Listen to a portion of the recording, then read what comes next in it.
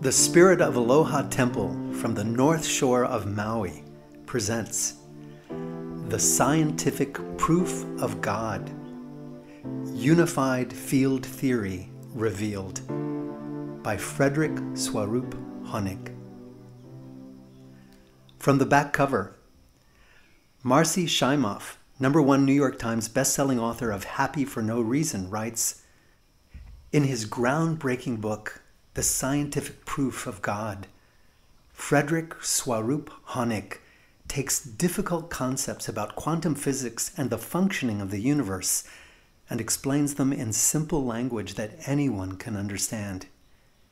He integrates science and consciousness and shows us how this information contains the very core of our purpose on this planet. This is an inspiring read that leaves us with hope about our lives and the goodness of this world. Frederick Swarup Honig is a visionary whose insights bridge the scientific and spiritual worlds. Swarup was trained as a mechanical engineer at UC Berkeley in the 70s, and then lived as a monk for 20 years in the ashram of the acclaimed interfaith leader Sri Swami Satchidananda. His 40 years of deep meditation practice have revealed to him profound insights into the nature of the universe. In The Scientific Proof of God, Swarup integrates into the standard model of physics the dimensions of consciousness and intention. He sheds light on how the universe began and illuminates the 12 principal mysteries presently unanswered in the standard model of physics. Swarup offers a new application of Einstein's famous equation E equals mc squared, and how this equation, when applied to the universe's dimension of consciousness, becomes the unitive field law of causation. The Scientific Proof of God, Unified Field Theory Revealed. A holistic model of physics integrating the dimensions of consciousness and intention into the standard model of physics, by Frederick Swarup Honig. First edition. Copyright 2017 by Spirit of Aloha Temple Incorporated. Dedication. The All Faiths Yantra was designed by Sri Swami Satchidananda as a universal symbol of unity and a reminder that there are many paths to the one source. This book is dedicated to people of all faiths who yearn to live in harmony with nature by understanding and aligning with the unitive consciousness pervading the universe. It is also dedicated to those who have nurtured my growth and my service. Principal among these are the following. My parents, Jean and Jacob Honig, whose open-mindedness encouraged me to follow my dreams and whose generosity helped to fund them. My siblings, Jaya, Robert, Edward, and Angel, who have inspired and supported me along my path. My grandmother's cousin, physicist Lisa Meitner, whose life, courage, and discovery of nuclear fission have been a lifelong inspiration for me. This book is dedicated as a continuation of her legacy. My guru, Sri Swami Satchidananda, and his spiritual Sangha, who offered me a nurturing environment and guidance for my growth and service. My guru's guru, Sri Swami Shivananda, whose life and books express the essence of unitive consciousness. The University of California at Berkeley, where I was encouraged to think for myself and to nurture my love of science. My many friends who generously contribute to my joy, growth, and mission. I offer my sincere gratitude to the unitive field for manifesting in my life this loving, dynamic, and supportive team. I trust that the inspirations that I've received from them are shared in this book. Acknowledgements. I offer my deepest gratitude for inspiration and guidance in the writing of this book to the following. Spirit of Aloha Botanical Gardens and Bird Sanctuary. For the past 24 years, I have served as the nature guardian of the Spirit of Aloha Botanical Gardens and Bird Sanctuary. The Gardens is a sacred 11-acre oceanfront Hawaiian historical site. It is a living cell of heaven and a template for living in harmony with nature. While I've been building its structures and gardens, it has been strengthening my character and opening me to a deeper understanding and trust in the benevolence of the unitive field expressing itself as nature.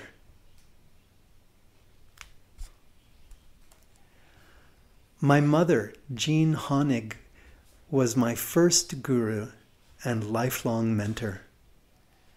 At age 89, she wrote a brilliant book just months before her sacred spiritual transition entitled Gems from a Magic Genie. This book encapsulates unitive wisdom. My sister, Jaya Kowarski, has been my wisdom guide since my childhood. Her latest book, River of Joy, contains unitive wisdom through inspirational poems. This wisdom is a foundation of unitive field theory. Jaya also graciously guided me in the editing of this book to help make it flow and be enjoyable to read like her poems. My sister, Meenakshi Angel Honig, who at a very young age, and because of her compassion for animals, became a vegetarian. She helped to move our whole family to embrace plant-based nutrition. Her newest book, Feel Good Now, offers a comprehensive understanding of vegan nutrition and is a pillar of unitive field theory. Mr. Merman, my 5th grade science teacher at Colfax School in Pittsburgh, who offered an after-school science club where I wired and assembled my first electric motor and discovered that science was fun. My editor, Tyler R. Ticklar, PhD, for his genius with words in helping me to craft scientific concepts into language that is easy to understand. Tyler is also a brilliant novelist who reimagines history in life-affirming ways. Dr. Paul Prasant Hansma, physics professor emeritus, University of California, Santa Barbara, is a member of the Spirit of Aloha Temple Advisory Board. He has supported me with my projects for over 30 years. Dr. Hansma is one of the most acclaimed scientists of our era and an inventor of the first atomic force microscope to image samples in fluid. He is now developing the first technology capable of measuring human bone strength. Prasant is an inspirational model to me, a person who balances the life of a scientist with the deepest wisdom of spirituality. It is that balance that is the essence of unitive field theory. Dr. Wayne Dyer was one of the most inspired teachers of our era. His books, lectures, and PBS specials have made him a world leader in the field of consciousness. He has recently made his transition into his next sacred spiritual realm. Wayne was a friend, colleague, and member of our nonprofit service organization, the Spirit of Aloha Temple's Advisory Board. Over the past 20 years, he visited the gardens many times with his family and gave me inscribed copies of his books. In 2004, he gave me his newest masterpiece, The Power of Intention. In this book, Wayne insightfully describes the force of intention as an integral organizing principle of the universe. Inspirations from his book are incorporated into unitive field theory and are part of Wayne's enduring legacy. Forward. It is my honor to share in these pages my understandings of the unitive field. At heart, I'm a scientist who sees nature as a unitive field of consciousness. My life is the expression of my service to nature. I've had the good fortune to study with great leaders in the science of physics as well as in the science of consciousness. It is on their shoulders that I stand. This book aims to incorporate both sciences into one integrated science that strengthens them both. The ideas presented in this book as unitive field theory are based on my understanding of nature and physics, as well as intuitive wisdom and inspirations I have had about them. Here is an important quote from Albert Einstein to help in understanding unitive field theory. The intellect has little to do on the road to discovery. There comes a leap in consciousness, call it intuition or what you will. The solution comes to you, and you don't know how or why. The truly valuable thing is intuition. The sciences of consciousness and physics are complementary, and their union is unitive field theory. Unitive field theory addresses the 12 fundamental questions that remain unanswered in the current standard model of physics. Each chapter that follows offers deep insights into one of these questions. When finished, readers should have a better understanding of nature and their connection to the unitive consciousness that pervades the universe. In the world today, 6 main mental delusions exist that cloud humanity's perception of unitive consciousness. They are as follows. 1. Racial egoism. This delusion states, members of other races are lower on the scale of evolution than members of my race. Therefore, practicing the golden rule does not apply to them. They can be exploited for the benefit of our race. 2.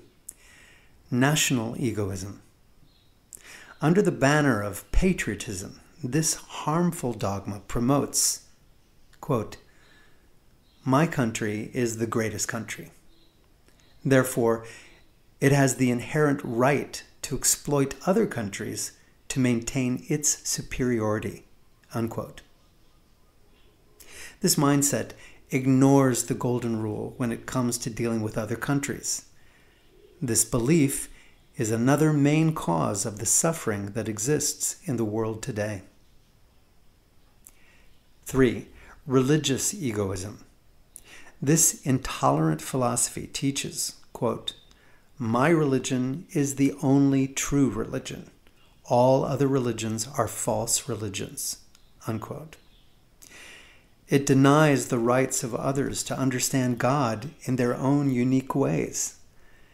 This philosophy creates a horrible mental plague, which is a principal cause of the wars and violence we see in the world today.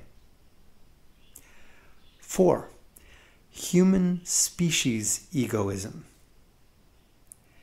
This delusional philosophy states that humanity has the right to exploit nature in ways that benefit humanity, but are harmful to nature and other species. It ignores the golden rule when dealing with nature or other species.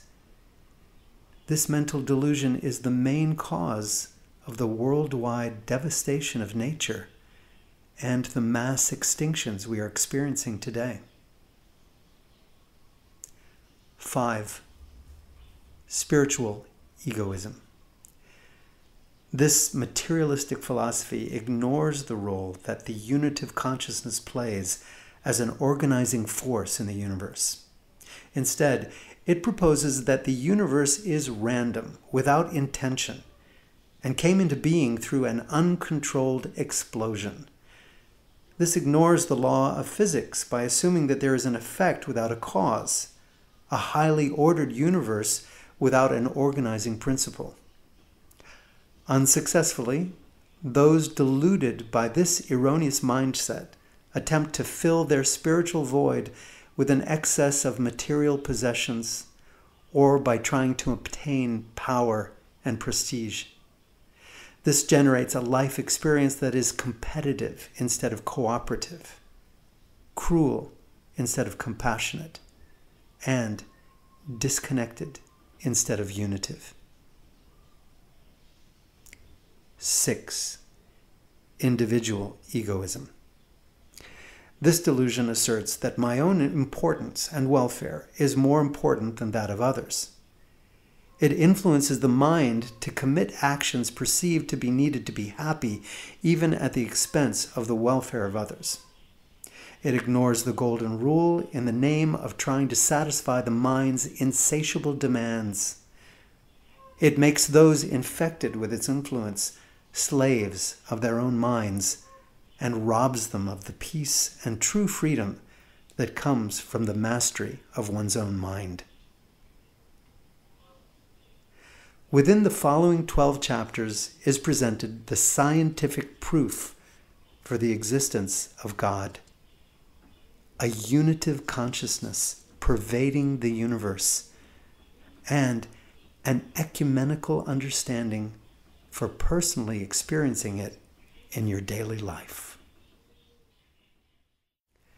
Introduction. The unitive field integrates the science of physics with the science of consciousness. Physics is a science that seeks to explain how the universe works. The current standard model of physics is incomplete and unable to address nature's fundamental qualities of consciousness and intention. Unitive field theory addresses the 12 fundamental questions that remain unanswered in the standard model of physics. In this book, we will explore those 12 fundamental questions. Before we begin, however, let's look at how unitive field theory has a foundation in the beliefs of 3 well-known scientists: Albert Einstein, Lisa Meitner, and Isaac Newton.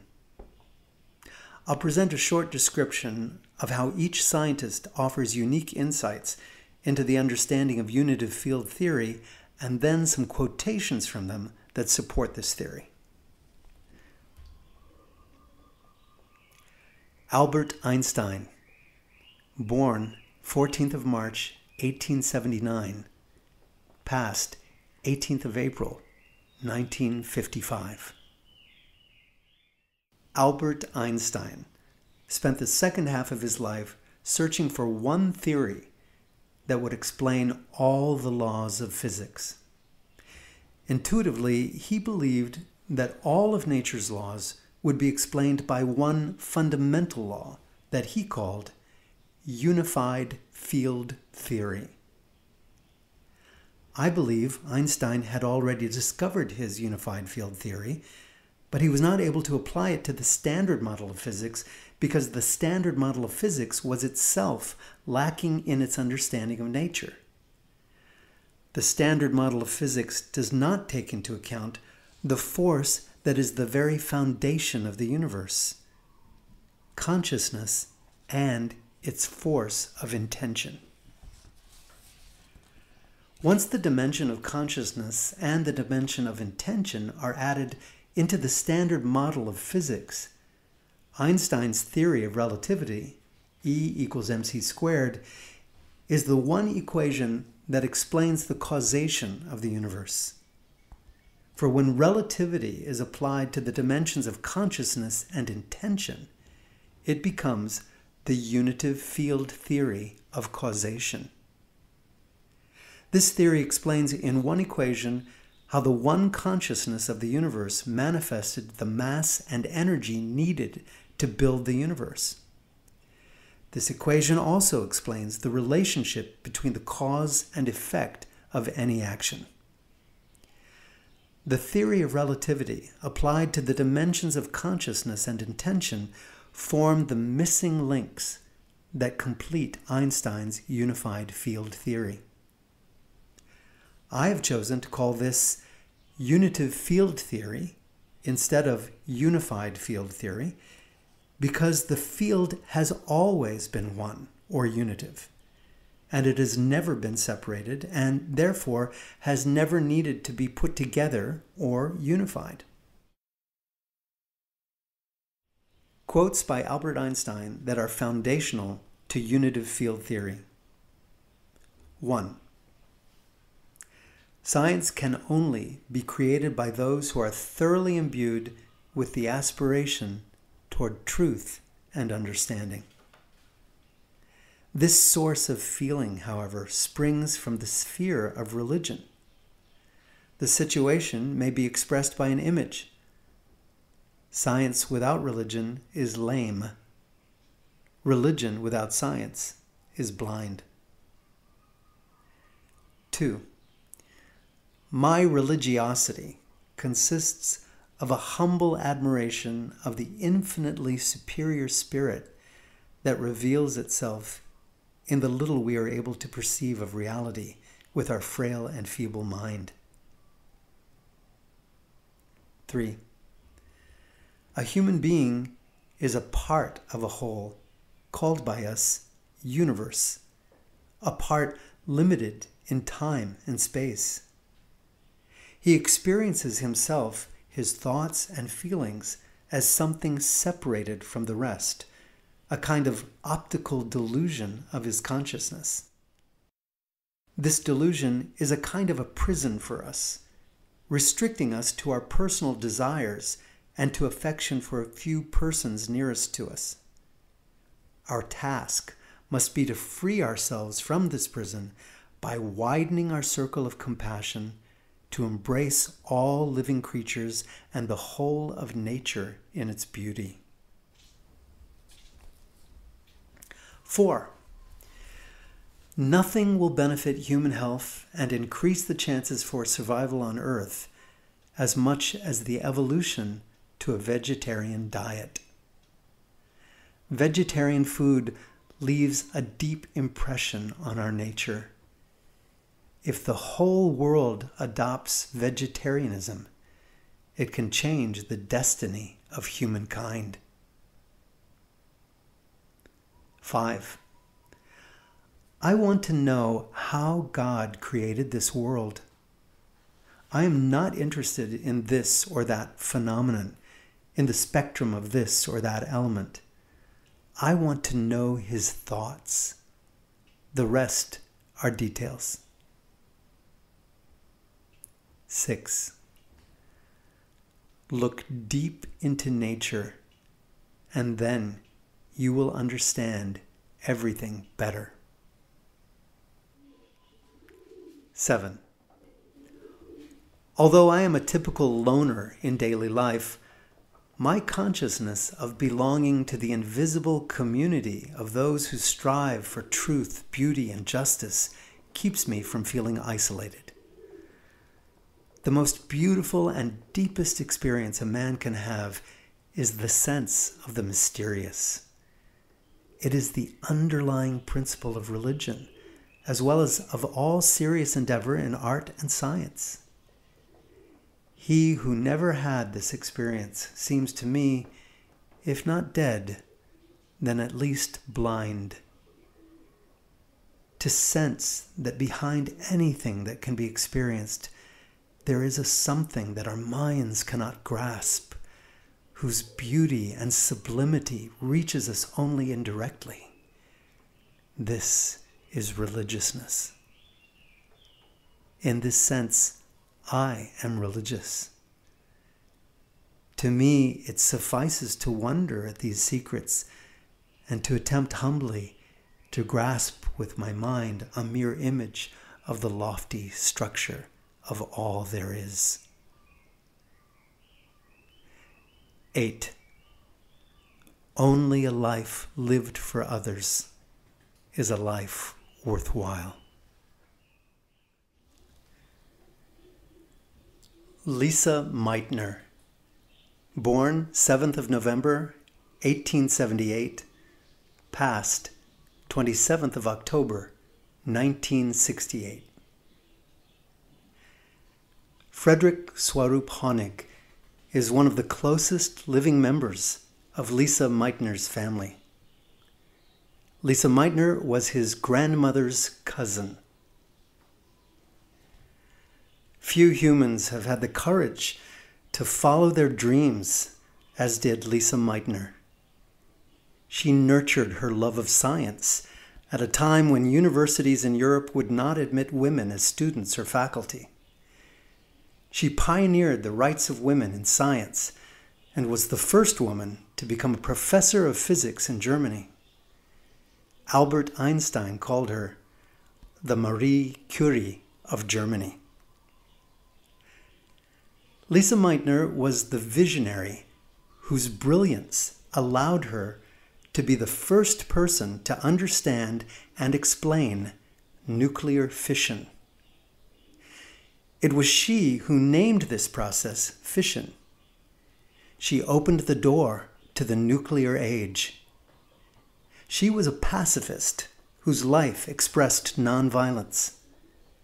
She worked solely on the peaceful applications of nuclear energy. Her legacy is a cornerstone of unified field theory. Lisa Meitner was born in Austria of Jewish descent and, like Einstein, had to escape from the fascist regime in Germany during World War II. She continued her research in Sweden, where she and her nephew, Otto Frisch, were the first to explain the process of nuclear fission. At a secret meeting in 1938, Meitner urged Otto Hahn and his laboratory partner Fritz Strassmann to perform additional tests on neutron-bombarded uranium. Hahn and Strassmann finally determined that the end result included the much lighter element barium, not the expected heavy element radium. This was very puzzling.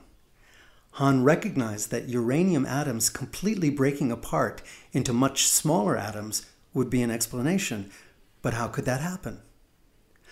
Hahn wrote to Meitner, quote, "Perhaps you can come up with some sort of fantastic explanation. We knew ourselves that uranium can't actually burst apart into barium," unquote. Meitner and her nephew, Otto Frisch, while outdoors skiing, realized Bohr's liquid drop model of the atomic nucleus could explain the result mathematically. Frisch described the moment as follows, quote, "We walked up and down in the snow, I on skis and she on foot," she said, and proved that she could get along just as fast that way. And gradually, the idea took shape that this was no chipping or cracking of the nucleus, but rather a process to be explained by Bohr's idea that the nucleus was like a liquid drop. Such a drop might elongate and divide itself. Unquote. They scribbled formulas on a scrap of paper in the woods.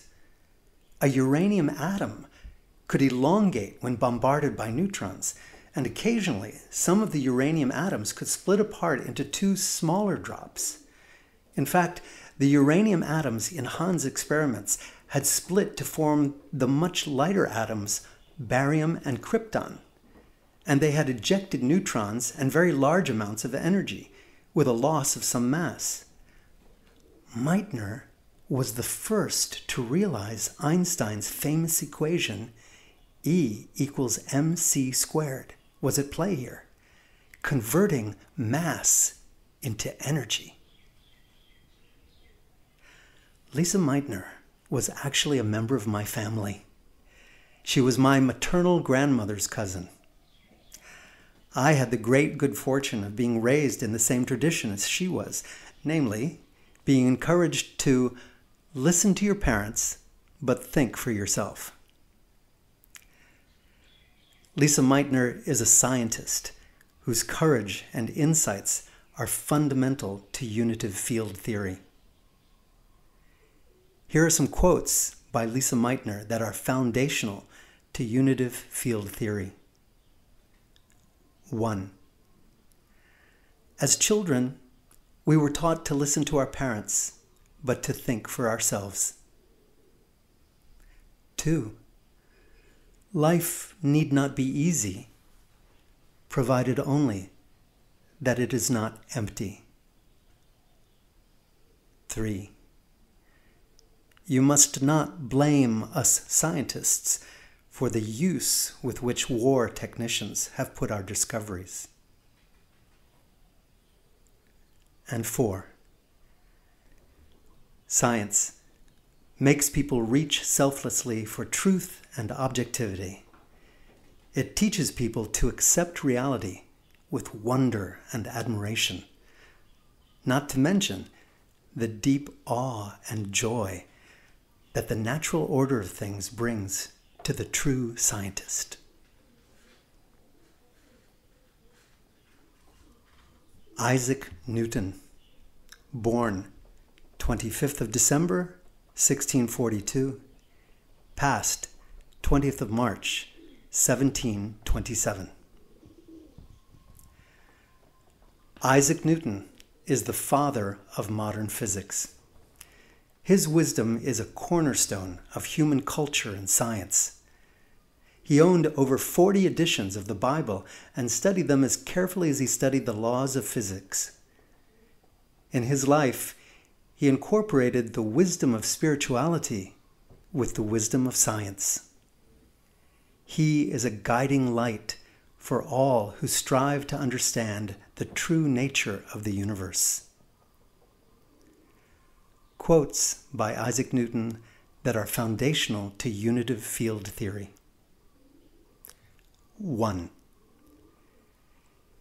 If I have seen further, it is by standing on the shoulders of giants. 2.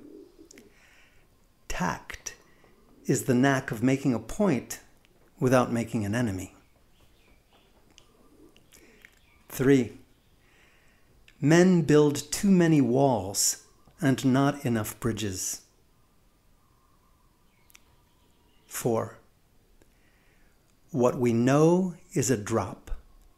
What we don't know is an ocean. 5. What goes up must come down.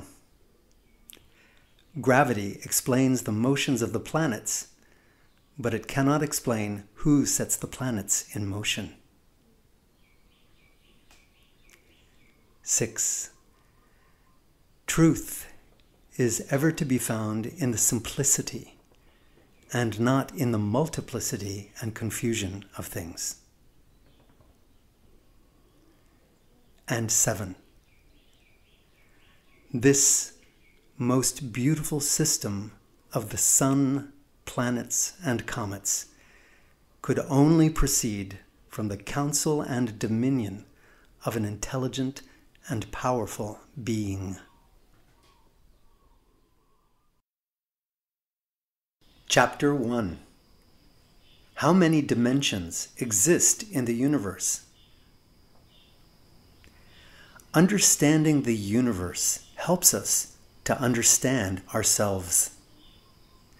The application of Einstein's understanding, look deep into nature and then you will understand everything better, provides us with a guide to an understanding of unitive field theory and its goal. In a way, the universe is the mirror that we use to see ourselves. Most scriptures say that man is made in the image of God, so by knowing God or nature, we come to know ourselves. If we look closely at nature, we will see that it is based on selfless service. Everything in nature is serving its function to help the whole machinery of the universe function smoothly. The goal behind life is to help perpetuate the diversity of species, each of which provides a vital link in the chain of life. In order for us to understand ourselves or understand the nature of the universe, we have to understand the fundamental essence of creation, which is consciousness. Consciousness is, in fact, a dimension of the universe. The universe could not exist without it. It is the organizing principle for the universe's manifestation. Everything in the universe has consciousness, whether it is a life form or just an atom. Every part of nature obeys the laws of nature precisely. That ability to follow nature's laws is the proof of everything's consciousness. Humans are designed by nature to be the guardians of nature's diversity. We are given intellectual and physical skills needed for this purpose. We are also given a clear conscience that can discern what is appropriate action. If we fulfill our mission and protect nature and its biodiversity, our conscience grows and our intellect flowers, and we attain a state of peace called unitive consciousness. In this state, we vibrate in harmony with the unitive consciousness that pervades the universe. And because of that resonance, we are effortlessly able to download universal wisdom. To obtain, live, and flourish because of that wisdom is the goal of the experience we call life. The universe is one living organism. Therefore, our individuality is a burden we do not need to carry. If we choose, we can align with unitive consciousness and allow its energy to flow through us.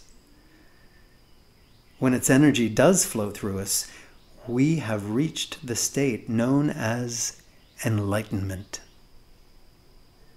However, it should be noted that even in this state, it is necessary for the mind to be grateful for the joy that is given in the daily experience of life, and to let go of the notion of perfect bliss. Perfect bliss does not exist, and its expectation is a fallacy that can keep us from experiencing the here and now joy of life. In order to experience unitive consciousness, a type of surrender to accepting the realities of life is needed. Within this realm of life on earth, here and now is the possibility of living in peace and ease and in dynamic service. To achieve this possibility, the desire to be serviceful without demanding a certain outcome is needed. We have to do our best and leave the rest. And when we do that, we find that unitive energy flows through us and we are free from the burden of our lives. Consciousness is the first dimension of the universe. Consciousness is expressed in nature as the full spectrum of electromagnetic waves. This includes radio waves, microwaves, infrared waves, visible light, ultraviolet light, X-rays, and gamma rays, all of which travel at the speed of light. These electromagnetic waves are all an expression of the universe's dimension of consciousness. All life forms emit electromagnetic waves that can be detected and photographed. All matter and all energy emit electromagnetic waves. The unit of consciousness is aware in every moment of all electromagnetic waves within the universe. Ultimately, the human brain is a microcosm of the unit of consciousness. It also functions with electromagnetic energy. The predominant color vibration for the universe's dimension of consciousness is violet, the light wave with the highest vibration of visible light. All electromagnetic waves induce a magnetic field by their movement. These magnetic fields form the universe's second dimension of intention. This dimension is the muscle of the universe that converts the consciousness into action. It is animated by the law of causal intention that will be described in Chapter 3. The predominant color vibration for the universe's dimension of intention corresponds to the light spectrum for the color blue, which is the second highest energy of visible light. The remaining 4 dimensions of the universe, time, and the 3 dimensions of space are the same as those described in the Standard Model of Physics. 1. Consciousness, and the color is violet. 2. Intention, blue. 3. Time, green. 4. Lateral, yellow. 5.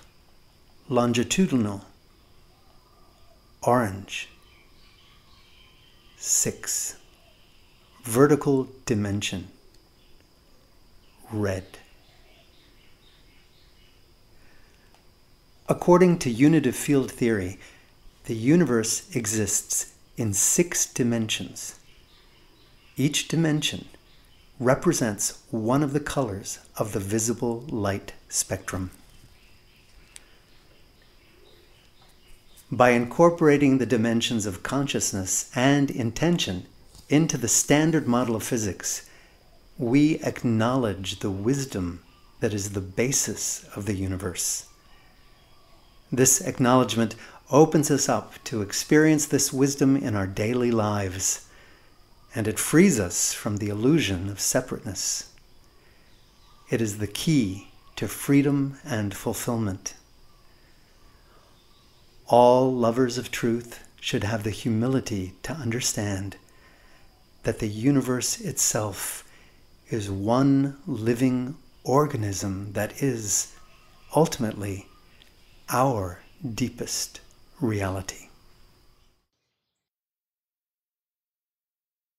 Chapter 2. What is the nature of consciousness, and how did it arise?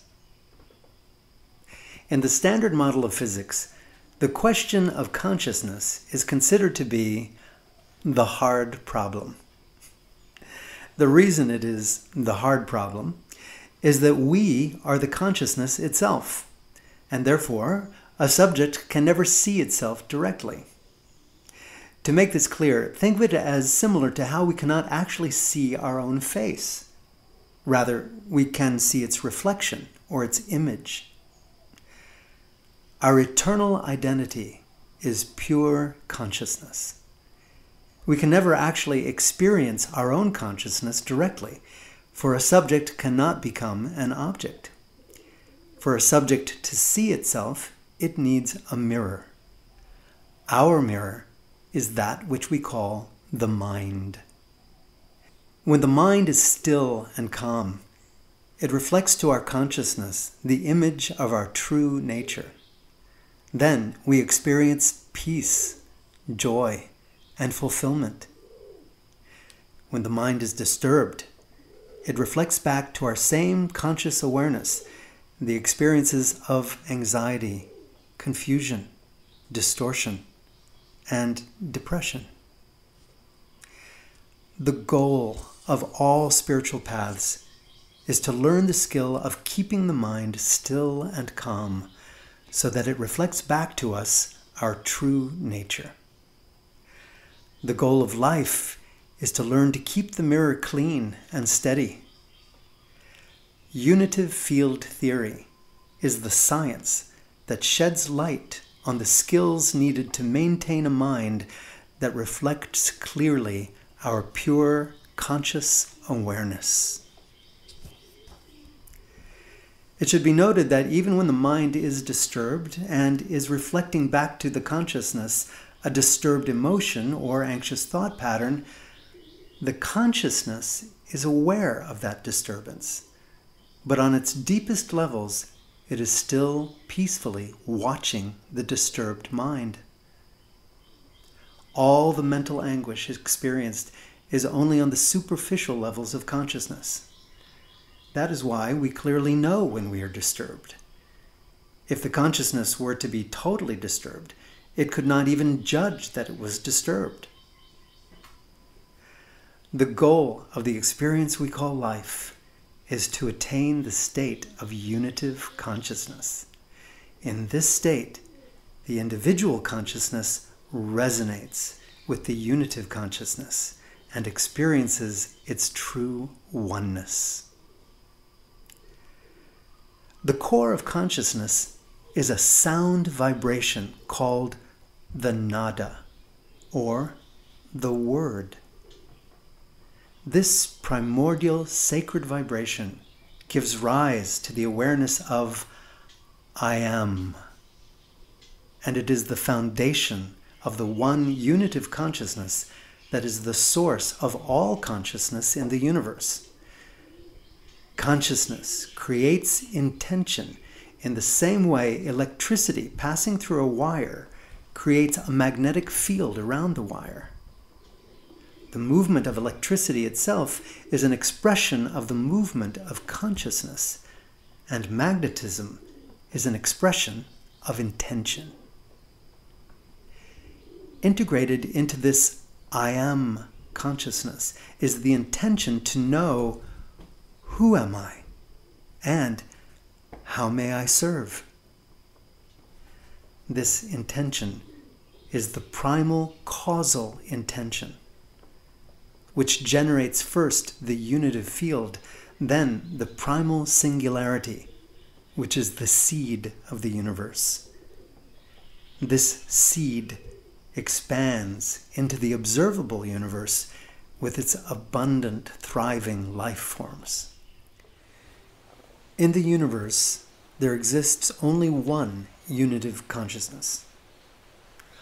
All conscious awareness in the universe is one with unitive consciousness. If one is experiencing consciousness, that consciousness is eternal and united with unitive consciousness. The content of the experience for any being is constantly changing. The consciousness is aware of these changes, yet it never changes. It is the screen upon which the movie of awareness is projected. It is unaffected by the movie, just as a screen does not change its properties because of the movie being projected onto it. All awareness is eternally one with unitive consciousness. The universe is one eternal consciousness perceiving itself through many windows. The universe's first dimension of consciousness, depicted in violet, generates the second dimension of intention, depicted in blue. The substratum of the universe is its first dimension of consciousness. From this first dimension, the other 5 dimensions are cyclically projected and then withdrawn back into the first. The universe's first dimension of consciousness is the underlying reality, energy, and organizing principle of the 6 dimensions of the unitive field. In unitive field theory, matter does not create consciousness. Rather, consciousness creates matter. Matter cannot exist without consciousness. It is consciousness that is the organizing principle for energy and matter. In the science of pattern organization, known as cymatics or sacred geometry, it is shown that the vibration of a note creates geometrical patterns on the surface of water or loose particles such as sand. Similarly, the nada vibration of consciousness organizes the unitive field.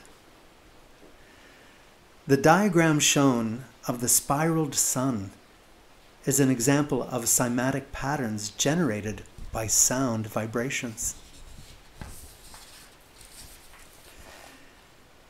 When you vibrate a liquid or sand with 432 Hertz, you can create cymatic patterns of Fibonacci spirals. The unitive field is a vortex animated by 6 pairs of foundational qualities. Each quality has an attraction to the next quality in the cycle. This attraction powers the eternal vibration of the sacred nada or word. On the quantum level, this rotation is comprised of 6 pairs of causal intentions. Each causal intention is attracted to the next causal intention in the sequence, thus generating the rotation of the motor that drives the universe. These 6 pairs form the energy vortex depicted in the mandala shown. The star represents the rotor of the primal singularity that is rotating at the speed of light. The rotor is powered by the causal force of intention and generated by the attraction of each quality to the next in the cyclic progression.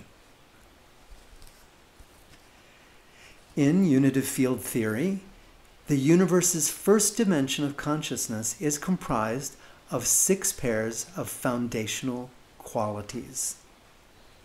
These are the same qualities at the core of all religions and cultures. The attainment of the first virtue in each pair leads to the attainment of the second virtue. Each virtue is a stepping stone to the next. It all starts with gratitude, which is a mindset that focuses on appreciating our present moment life experience as a perfect tool for our ultimate growth. Number 1, gratitude, humility. Number 2, respect, simplicity.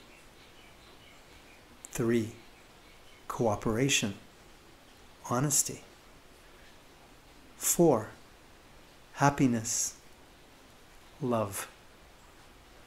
5, service, freedom. 6, peace, unity. Each of these foundational qualities is attracted to the next quality in the sequence. This attraction creates a rotation within the primal singularity that generates the causal intention for the creation of the unitive field itself and then the primal singularity. The singularity is the seed that ultimately gives birth to the universe and its abundant life forms. The unitive field's theory of asymmetry, also known as the theory of imperfection or the theory of dynamic motion, will be described in more detail in Chapter 9.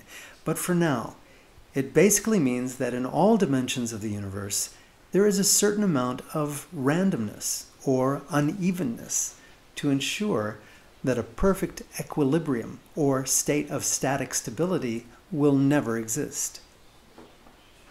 Because of this theory of asymmetry, in order for consciousness to exist, there must be a certain differentiation, irregularity, imperfection, or angst. That angst exists in the intention to know, who am I and how may I serve? That intention will never be fully realized because as soon as a certain attainment is achieved, the vision of a higher horizon becomes apparent, and the intention continues to aspire and evolve into higher and higher realms of life and consciousness. This evolution is, ultimately, the driving force for the evolution of the living universe. In unitive field theory, it should not be expected that a state of perfect happiness and/or absolute bliss will be experienced. This unrealistic expectation itself creates disturbances in the mind. Even in the state of unitive consciousness, there will always be a certain selfless desire that will keep a perfect peace from being achieved. This way, the consciousness is always moving forward and growing, aspiring, and evolving. This is the nature of life and consciousness. If we expect a state of unending bliss, we will be disappointed with our daily experience of life. Instead, we should be grateful for the joy woven into the daily fabric of our life experiences and for the peace that is experienced by a still mind.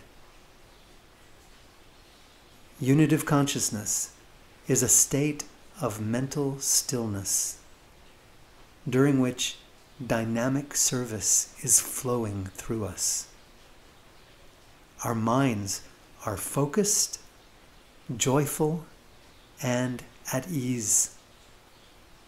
It is an attainable state, which is the goal of the experience we call life. Unitive consciousness resonates with the 6 pairs of foundational qualities. When our own minds resonate with the same qualities, the state of harmonic resonance occurs, and we experience our oneness with unitive consciousness. In this state of oneness, which may also be called yoga, union, enlightenment, or salvation, the feeling of separateness evaporates as the experience of oneness prevails. To achieve this state of harmonic resonance and oneness is the goal of the study of unitive field theory. Chapter 3. What is the effect of consciousness and intention on the universe? And how can this force be measured? At the root of all religions and all systems of culture is the practice of ethical perfection. This collective wisdom is eloquently summarized in teachings of the Golden Rule. Do unto others as you would have them do unto you. The reason this rule exists is because what we do unto others will ultimately be done unto us. In other words, what goes around comes around. It is the law of cause and effect. Most scriptures also state that if we take one step toward God, God will take 10 steps toward us. By extension, therefore, if we took 10 steps toward God, God would take 100 steps toward us. This ratio reflects the square of the effort. 10 squared equals 100. The unitive field theory of causation agrees with this universal ancient wisdom's equation for describing the cause and effect of any action. What is the true cause of an action? It is the intention behind the action. All action in every realm of nature has as its actual source a causal intention. Intention is the source of action. In unitive field theory, the equation for measuring the relationship between the cause and effect of any action is known as the law of causal intention. This equation is the application of the theory of relativity, E equals mc squared, in the universe's first dimension of consciousness and in its second dimension of causal intention. C I squared times m equals E is the unitive field law of causal intention, where C I is the causal intention of an action, m is the mass affected by the action, and E is the energy return to causal intention. This equation defines the relationship between the cause and effect of any action. Every action in the universe has as its source a causal intention. That causal intention squared times the mass of those affected by the action equals the energy returned to the causal intention. In other words, the causal intention squared times the mass of those affected by the action equals the energy returned to the source of the causal intention. This theory has been referred to as the law of karma or the golden rule. The energy of the unitive field is comprised at its most elementary level as a force of intention that is measured in a unit of force called the Hreem. The following are estimations of the magnitudes of the Hreem forces' causal intentions in the evolutionary progression of life forms of the phylogenetic tree. For example, in the first one, a virus has an intention to live and propagate that is equivalent to 0.01 Hreem. A bacteria would be equivalent to 0.1 Hreem. A cellular organism equivalent to 1 Hreem. A multicellular organism, 10 Hreem. Plant, 100 Hreem. Insect, 1000 Hreem. Fish, 10,000 Hreem. Bird, 100,000 Hreem. Mammal, 1,000,000 Hreem. Human, 10 million Hreem. Human practicing non-violence, 100 million Hreem. Human established in unitive consciousness, 1 billion Hreem. The unitive field's causal intention to bring forth a universe that nurtures life, 10 Hreem to the power of 144.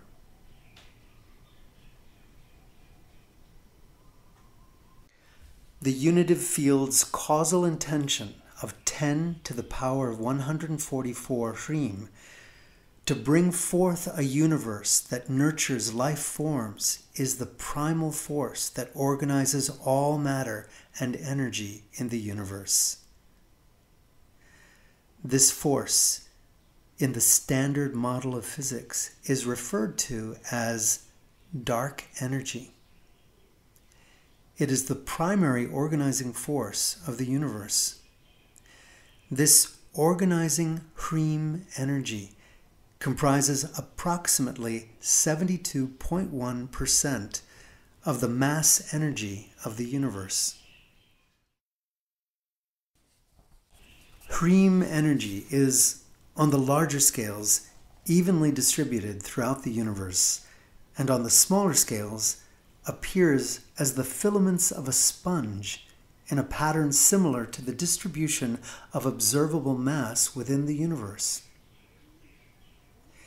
The unitive field's Hreem energy of causal intention, 10 to the power of 144, is eloquently presented in an ancient Vedic Sanskrit sloka, a wisdom verse that has been meditated upon by yogis for over 5 millennia. Here is the sacred Om Karam sloka, chanted by Frederick Swarup Honig.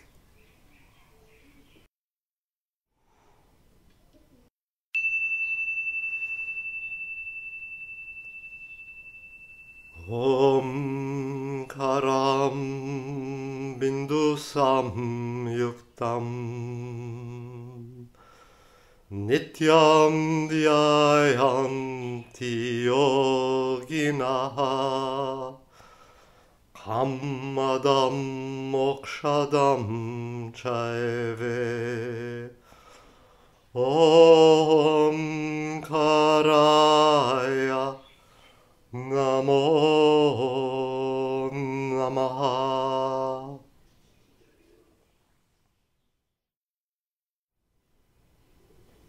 Word-by-word translation. Om Karam, the vibration of Om, the nada, the Hreem, the unitive field of consciousness. Bindu, the primordial singularity, the Godhead. Samyuktam, totally united with. Nityam, eternally. Dhyayanti, meditated upon. Yoginaha, by the yogis. Kamadam, virtuous desires grants.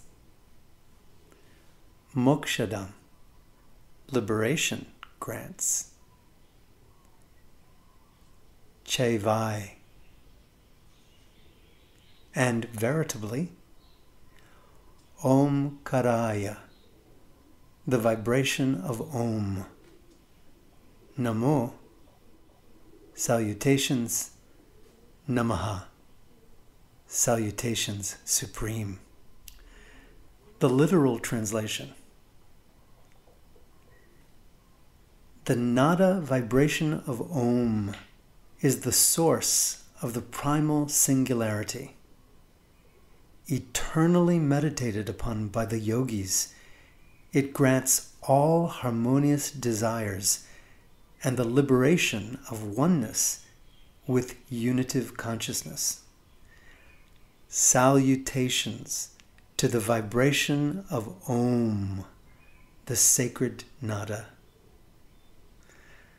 The poetic translation is Om, united with the source on which the yogis ever dwell, grants desires and liberation.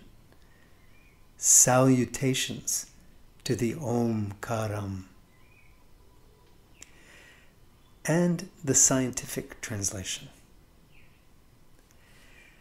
The Omkaram nada vibration is the primordial organizing principle of consciousness and the 6 dimensions of the universe.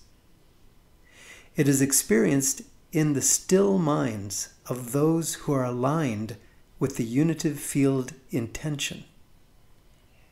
It supports desires that resonate with unitive field intention, including the experience of oneness with unitive consciousness. Unending gratitude to the nada vibration of Om. Om equals E equals MC squared, the ancient Sanskrit syllable for Om, the unitive field's Riem energy of causal intention.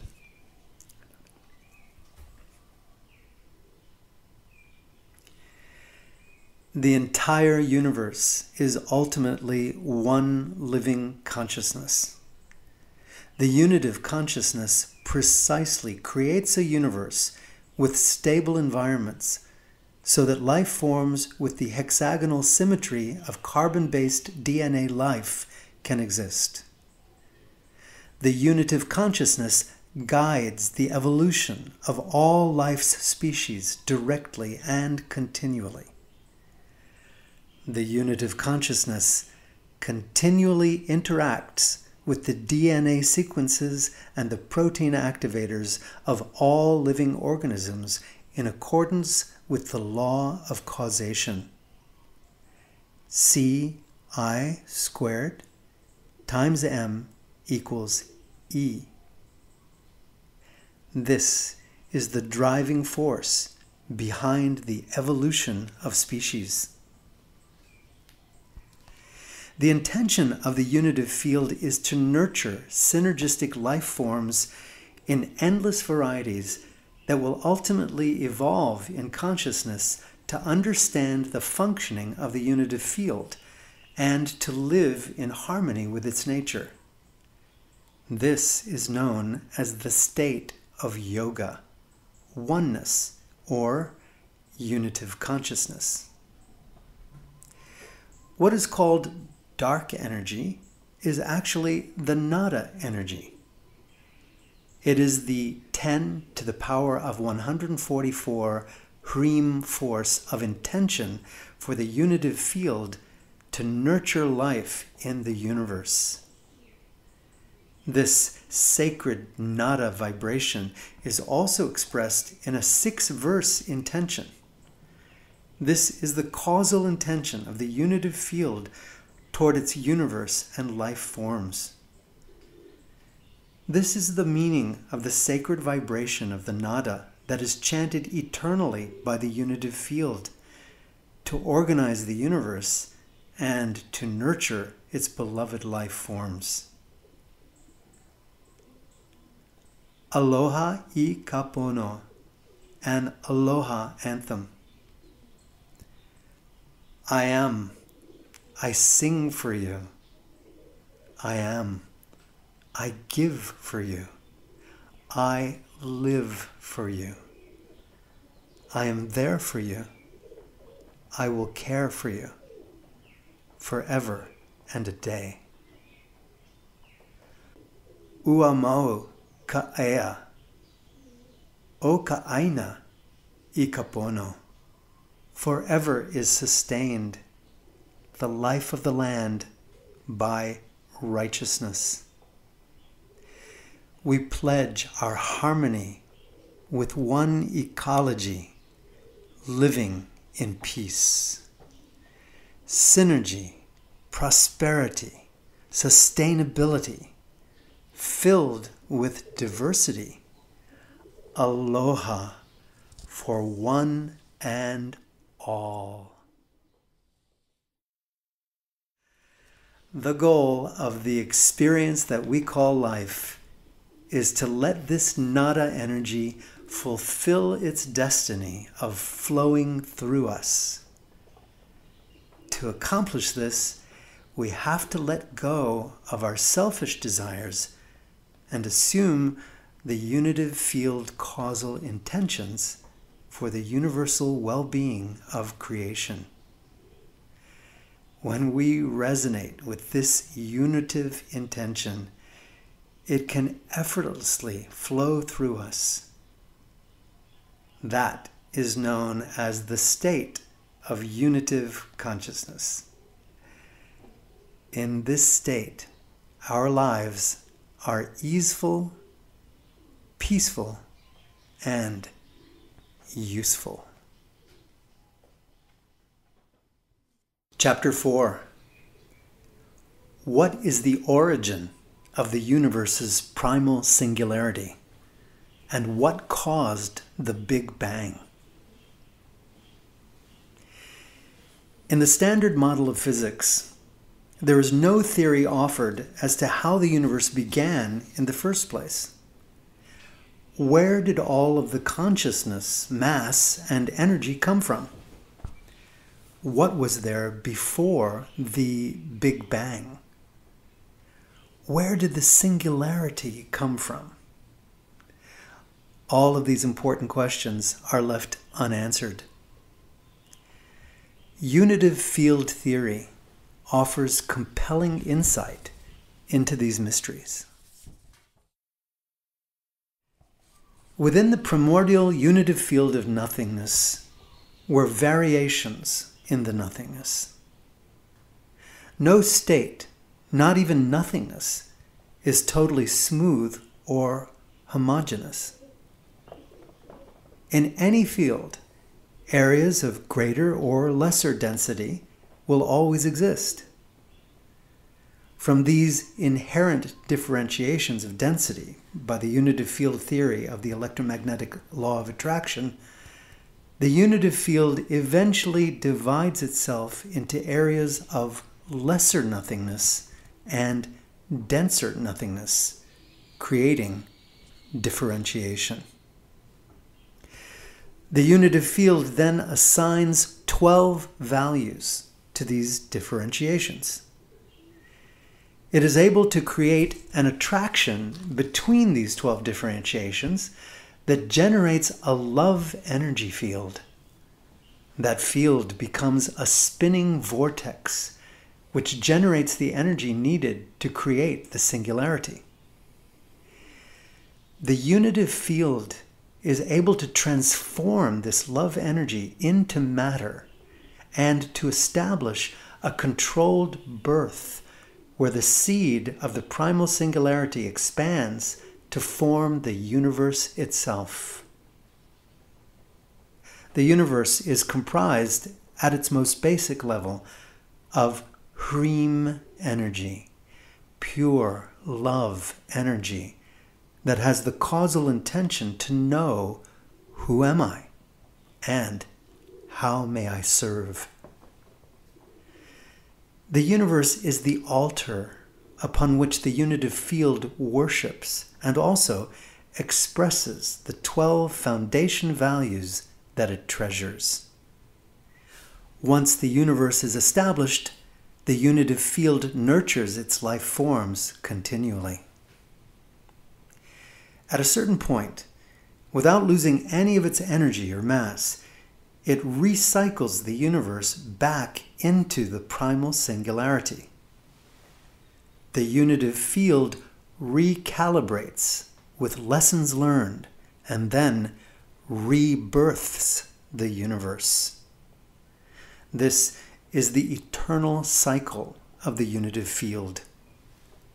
Life is the mirror that the unitive field creates to see itself and to share its joy.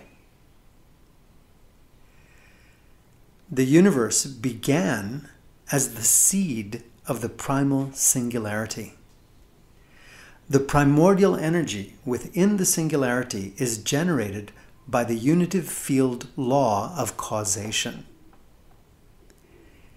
C I squared times m equals E. Ci is causal intention, the intention to know who am I and how may I serve. M is the unitive field, the sum of all mass and energy. E is energy returned to the unitive field causal intention. Thus, the nada vibration is amplified into the energy contained in the primal singularity, which is pure consciousness. The primal singularity is the state in which the universe exists only in its first dimension of pure consciousness without space-time dimensions. The primal singularity is a double tetrahedral pyramid generator. The universe's most basic two-dimensional structure is a triangle, and the most basic three-dimensional structure is a tetrahedron. The singularity's double tetrahedral pyramid generator composition. The singularity's downward-pointing tetrahedral pyramid is comprised of the three intention pairs. 1. Gratitude, simplicity. 2. Cooperation, love. 3. Service, unity. With an overall intention to understand who am I, the singularity's upward-pointing tetrahedral pyramid is comprised of three intention pairs. 1. Peace, humility. 2. Respect, honesty. 3. Happiness, freedom. The overall intention is to make the universe work more effectively and efficiently. This intention is also expressed as, how may I serve? These 6 pairs of intentions correspond to the 12 types of elementary fermions, 6 quarks and 6 leptons.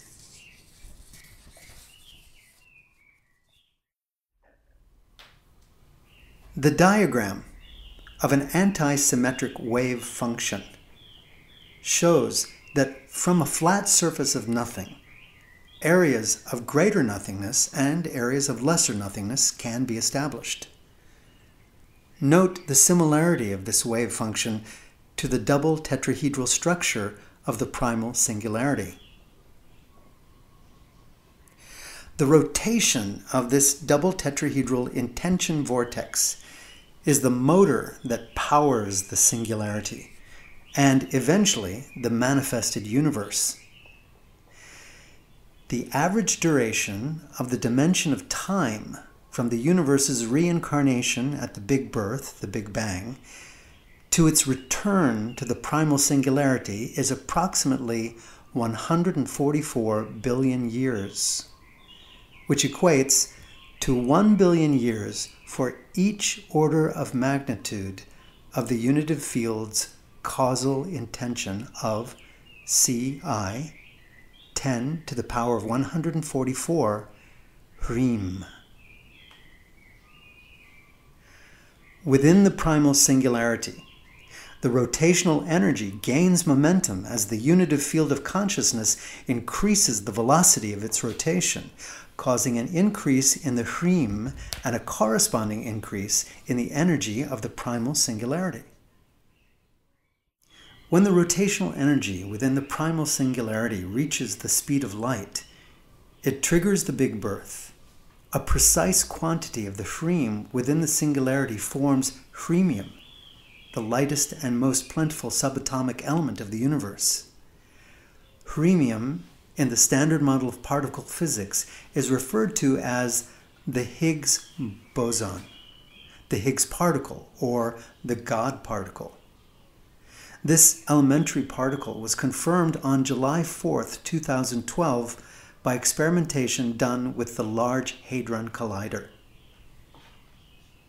The unitive field of consciousness enjoys the bliss of its own attractive energy for each of its 6 intention pairs, which comprise the essential qualities of nature and the guidelines for natural selection. 1. Gratitude, humility. 2. Respect, simplicity. 3. Cooperation, honesty. 4. Happiness, love. 5. Service, freedom. 6. Peace, unity. These qualities comprise the foundation of unitive consciousness. During the primal singularity, the only dimension of the universe that exists is the first, unitive consciousness. The dimension of time does not exist. Therefore, it is not possible to calculate how much time actually passes during the period of the primal singularity. Space-time is created at the moment of the Big Bang. In unitive field theory, this is referred to as the Big Birth, when the universe's dimension of time begins, and the Riem within the primal singularity transforms into the universe's Riem energy and most basic subatomic element, Rhemium, which together comprise what is known in the standard model of physics as 1. Space. 2. Time. 3. Dark energy. 4. Dark matter. 5. Observable energy. And 6. Observable mass. The Big Birth is governed by the unitive field law of causation. Ci squared times m equals E. The reason the unitive field manifests the additional 5 dimensions of the universe is that it is dedicated to knowing who am I by seeing its reflection in nature and in life forms. Its goal is to foster life forms that will ultimately appreciate, understand, and reflect the nature of the unitive field itself. It is a way that the unitive field can express love toward itself in another manifestation other than its own primal singularity nada bliss experience.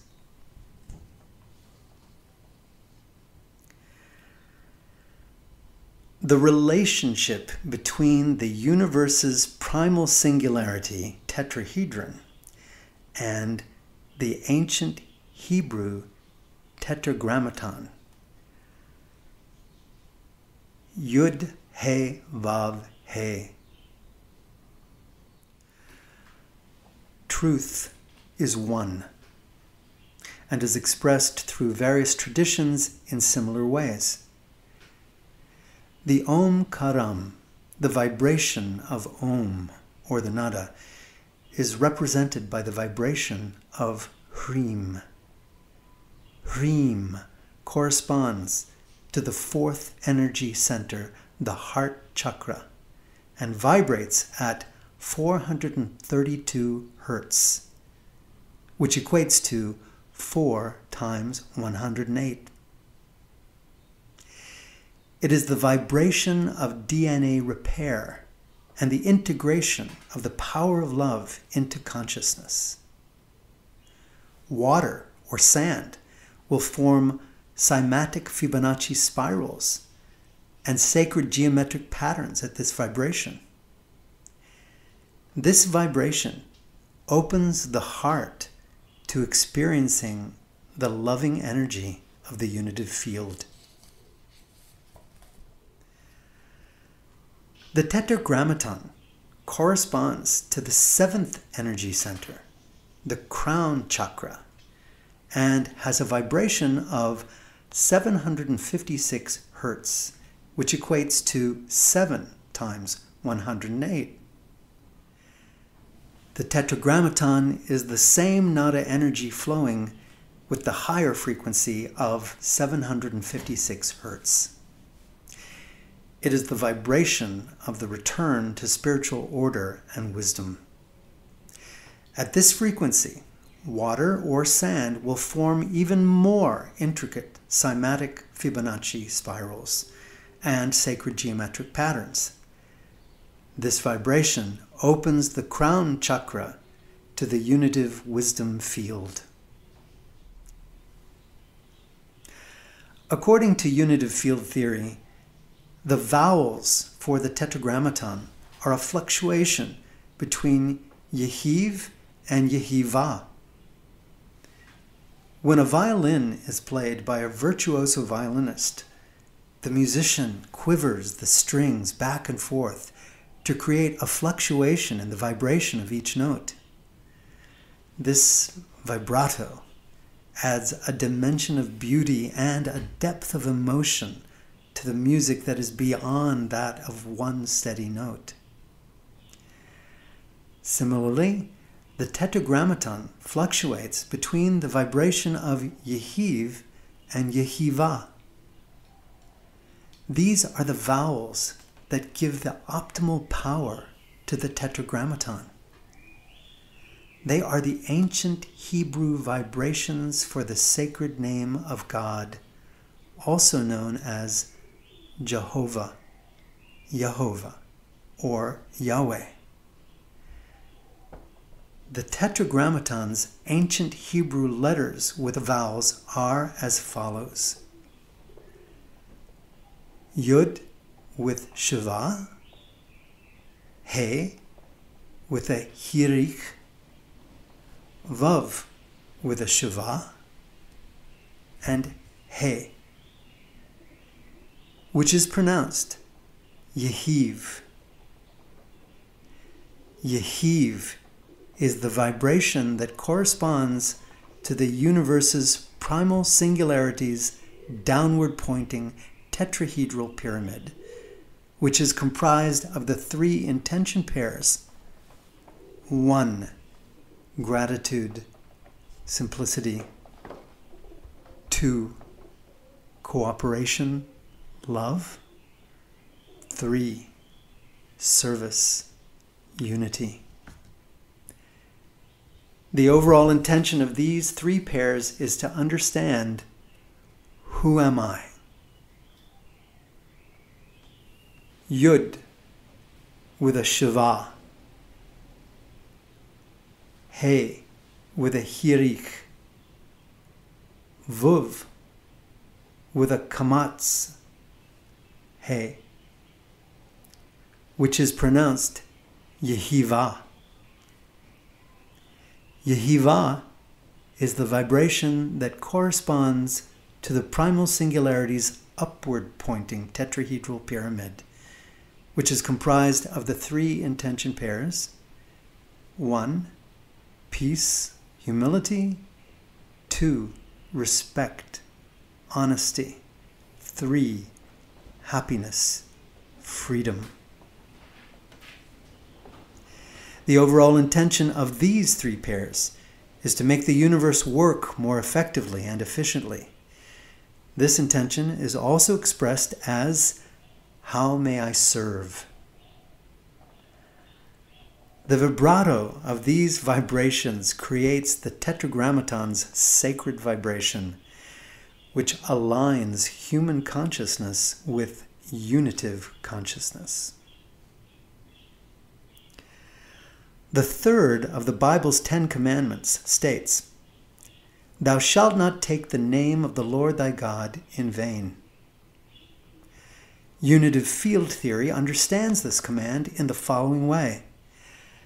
The Tetragrammaton's vibrations are powerful and must be used for intentions in alignment with unitive field intention.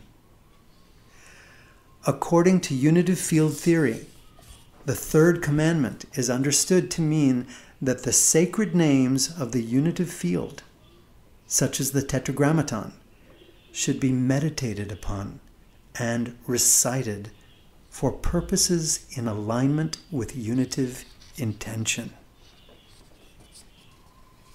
That means they should be incorporated into the consciousness of any being who aspires to attain unitive consciousness.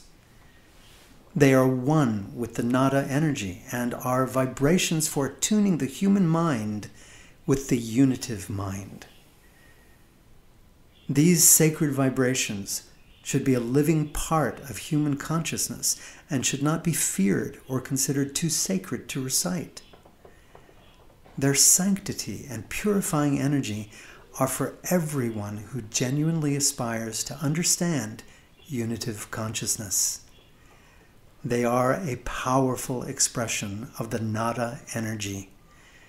They are safe for all to use whose hearts are aligned with the intention of nonviolence. Truth is one, paths are many. In unitive field theory, many sacred names of the unitive field are recognized as vibrations of the nada. The nada resonates with the vibrations of Aloha, Jehovah, Yahovah, Yehiva, Allah, Keakua, and other sacred names of the unitive field. Unitive field theory recognizes the nada vibration to be represented in all of the faiths included within the all faith symbol in this book's dedication. A core understanding of unitive field theory is that each person ultimately has to be his or her own guru. The world is here to offer us guidance on our path. Each person, by his or her own conscience, has to choose which path and wisdom are personally meaningful. Through each of the world's great spiritual paths, aspirants have attained unitive consciousness. Choose the path that resonates with your heart and follow it with all of your might for as long as it takes. If you are sincere in your aspirations, by following your conscience and practicing the golden rule, your success is guaranteed. The force of the unitive field's causal intention of 10 to the power of 144 Hrim is on your side. Ask, and it shall be given. Seek, and you shall find. Your ultimate experience of oneness with unitive consciousness is assured. Chapter 5. Will the universe continue to expand, or will it contract back into a singularity? In order to enjoy the experience of life, one has to be fearless. The fear of death is the root of all fears. By understanding the immortality of the universe itself, we can understand our own immortality. All of nature moves in cycles. There are no one-way trips. All of nature recycles the last body into the next bodies. There is no waste. Similarly, the universe as a whole is designed to be recyclable. What goes up will come down. The universal cycle starts with a primal singularity that births itself into a universe designed to foster a wide variety of life forms. At the appropriate time, it reverses its outward expansion and begins to contract. Ultimately, the universe returns to the singularity without losing one atom, one joule of energy, or one bit of information. The consciousness of the universe learns valuable lessons with each universal life cycle and births the new universe with even more precise laws to create even more stable environments for life to develop. The entire process is an expression of the love and service that the unitive field enjoys expressing as its body, the universe itself. The universe is the unitive field expressing its love energy in 6 dimensions. We are made of this same love energy, and if we allow ourselves to resonate with its vibration, it will animate our lives to express easily the qualities of the unitive consciousness. According to unitive field theory, there exists just one universe. It is not infinite in size. Its shape is similar to the shape of a galaxy. Its lateral dimension will expand to its full size of approximately 81 billion light years. Its longitudinal dimension will expand to its full size of approximately 144 billion light years. Its vertical dimension will expand to approximately 21 billion light years. Beyond these dimensions, the universe folds back into itself. Therefore, by definition, there exists nothing that is outside of itself. Just as on a planet, if you go far enough in one direction, you will return to where you started. Similarly, the universe is self-contained and there is no outside.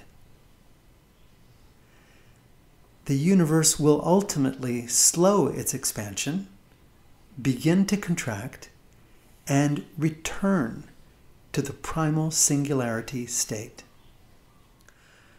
According to unitive field theory, this will happen when the sum total of the mass of all black holes equals approximately 38% of the total mass of the observable universe.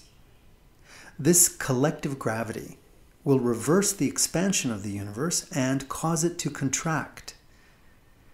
The expansive era has a duration of approximately 72 billion years, and the contractive era is again approximately 72 billion years.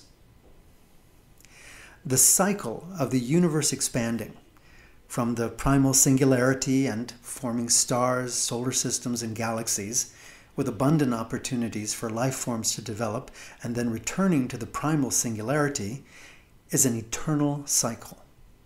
It is the life cycle of the unitive field. The Big Birth, Big Bang, is the birth. The Big Reunion, Big Crunch, is the recycling back into the primal singularity. The approximate time from Big Birth to Big Reunion is 144 billion years. We are in this present universal life cycle at approximately 13.79 billion years since the Big Birth. Life forms in just 3 billion years within each universal life cycle, and it lasts until the Big Reunion. Within the primal singularity, the unitive consciousness recalibrates using the lessons learned from the last universal life cycle. It then births its next universe that is even more finely tuned than the last to create nurturing environments in which life can flourish. Max Planck, born April 23, 1858, passed October 4th, 1947. Max Planck is considered to be the father of quantum physics. He was awarded the Nobel Prize in Physics in 1918 for his quantum theory. Planck integrated his understanding of science with his understanding of spirituality. Planck said in 1944, "As a man who has devoted his whole life to the most clear-headed science, to the study of matter, I can tell you as a result of my research about atoms this much. There is no matter as such.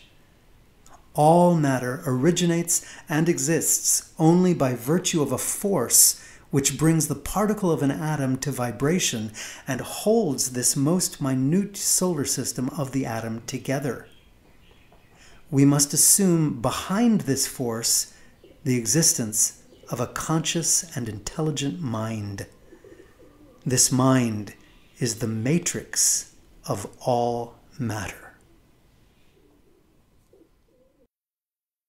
Chapter 6. What factors cause the speed of light to change in respect to the universe's dimension of time?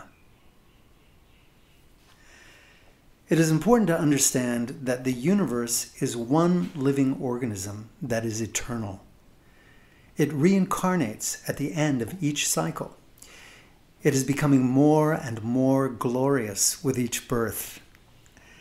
The diversity of life and its complexity will forever increase. To understand how the universe will return to the primal singularity and not just continue to expand forever, it is necessary to understand the change in the speed of light in relationship to the universe's dimension of time.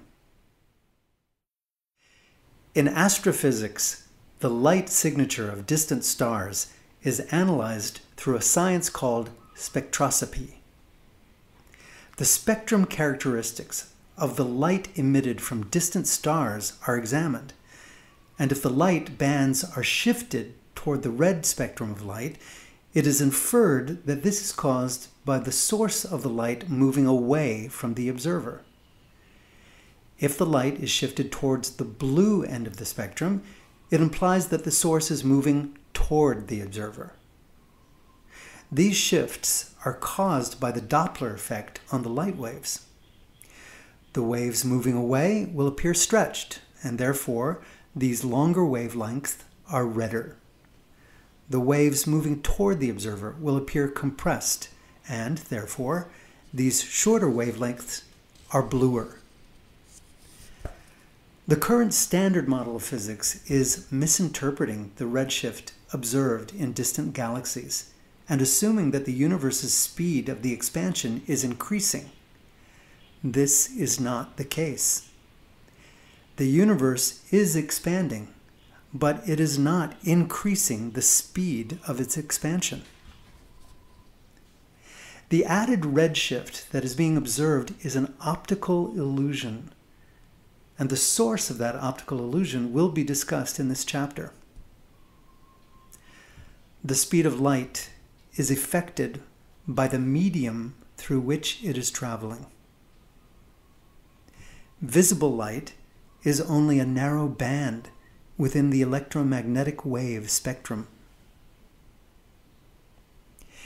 In the current standard model of physics, it is assumed that the speed of light is constant. Therefore, it is postulated that the expansion of the universe is increasing in speed. This is based on the Doppler effect observed in the redshift of light seen from type 1a supernovae from distant galaxies. The more distant the galaxy, the greater the redshift observed. The assumption is that these distant galaxies are moving away from us at increasing speeds. In unitive field theory, the speed of light varies in relationship to time. The reason being that the density and temperature of the universe changes with time. Just after the Big Birth, the Big Bang, the universe was relatively small and dense and hot. As time progresses, the universe spreads out and becomes less and less dense and cooler. As such, the medium through which light is passing becomes less and less dense. This concept can be seen within our own solar system. The photons leaving the sun's core take from 80,000 to 100,000 years to travel from where they are released by nuclear fusion in the core of the sun to the sun's surface. Even though they are traveling at their full light speed of 186,282 miles per second, or 299,792,458 meters per second, they are bumping around through the dense medium of the sun. Then, traveling at the same speed through the less dense medium of space, it takes these same photons only 8 minutes and 20 seconds to travel the 93 million miles from the sun's surface to the Earth.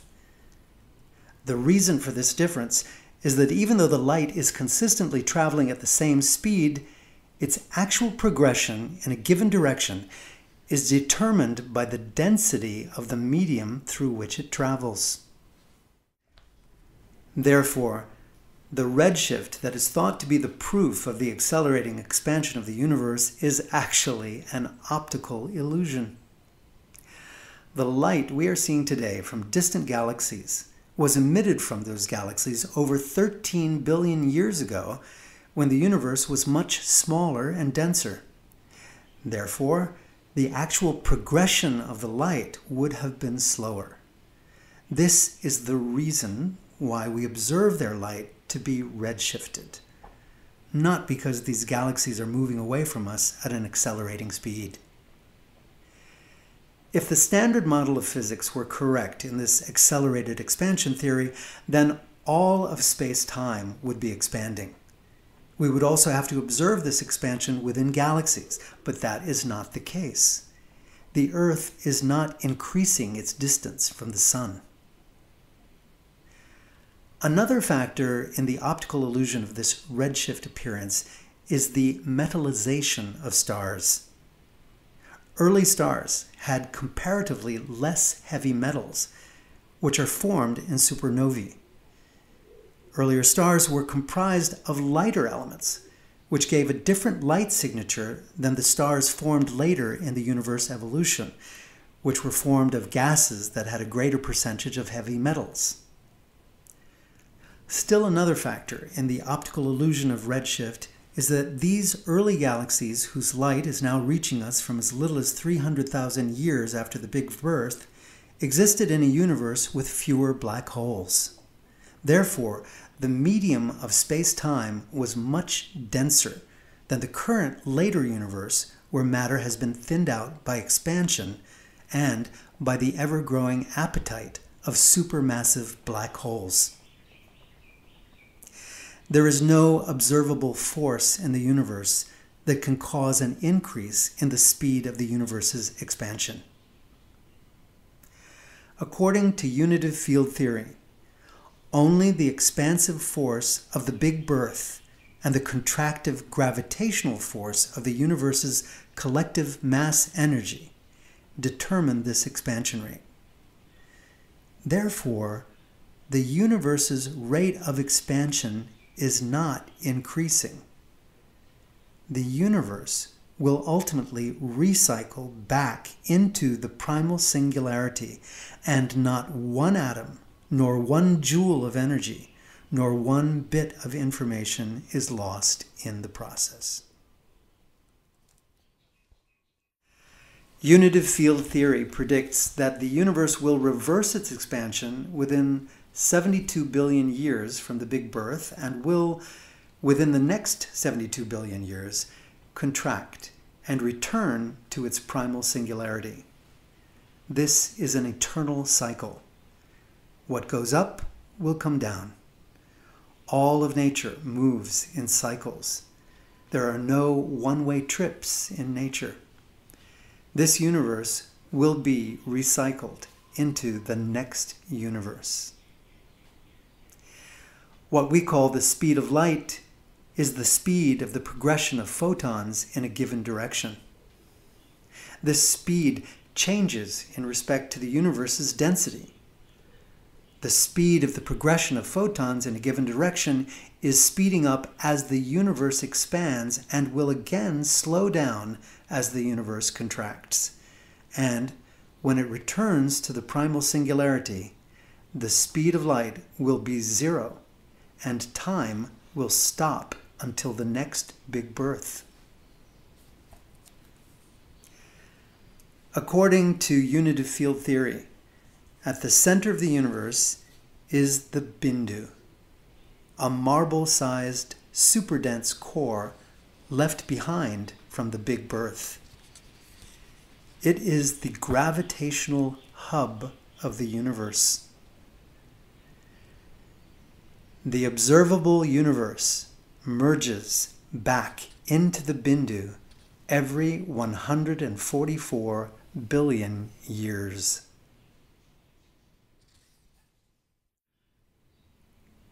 Khalil Gibran, born January 6th, 1883, passed April 10th, 1931. Khalil Gibran's writings eloquently express the ecumenical wisdom of unitive field theory. His mysticism is a convergence of several influences: Christianity, Islam, Sufism, Judaism, and Theosophy. He wrote, "You are my brother, and I love you.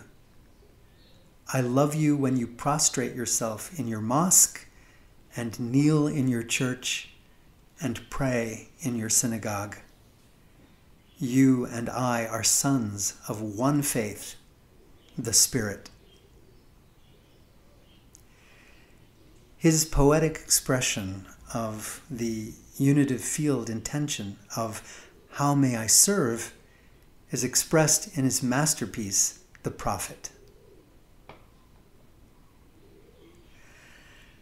Then a plowsman said, "Speak to us of work." And he answered, saying, "You work that you may keep pace with the earth and the soul of the earth. For to be idle is to become a stranger unto the seasons, and to step out of life's procession that marches in majesty and proud submission toward the infinite. And in keeping yourself with labor, you are in truth loving life. And to love life through labor is to be intimate with life's inmost secret.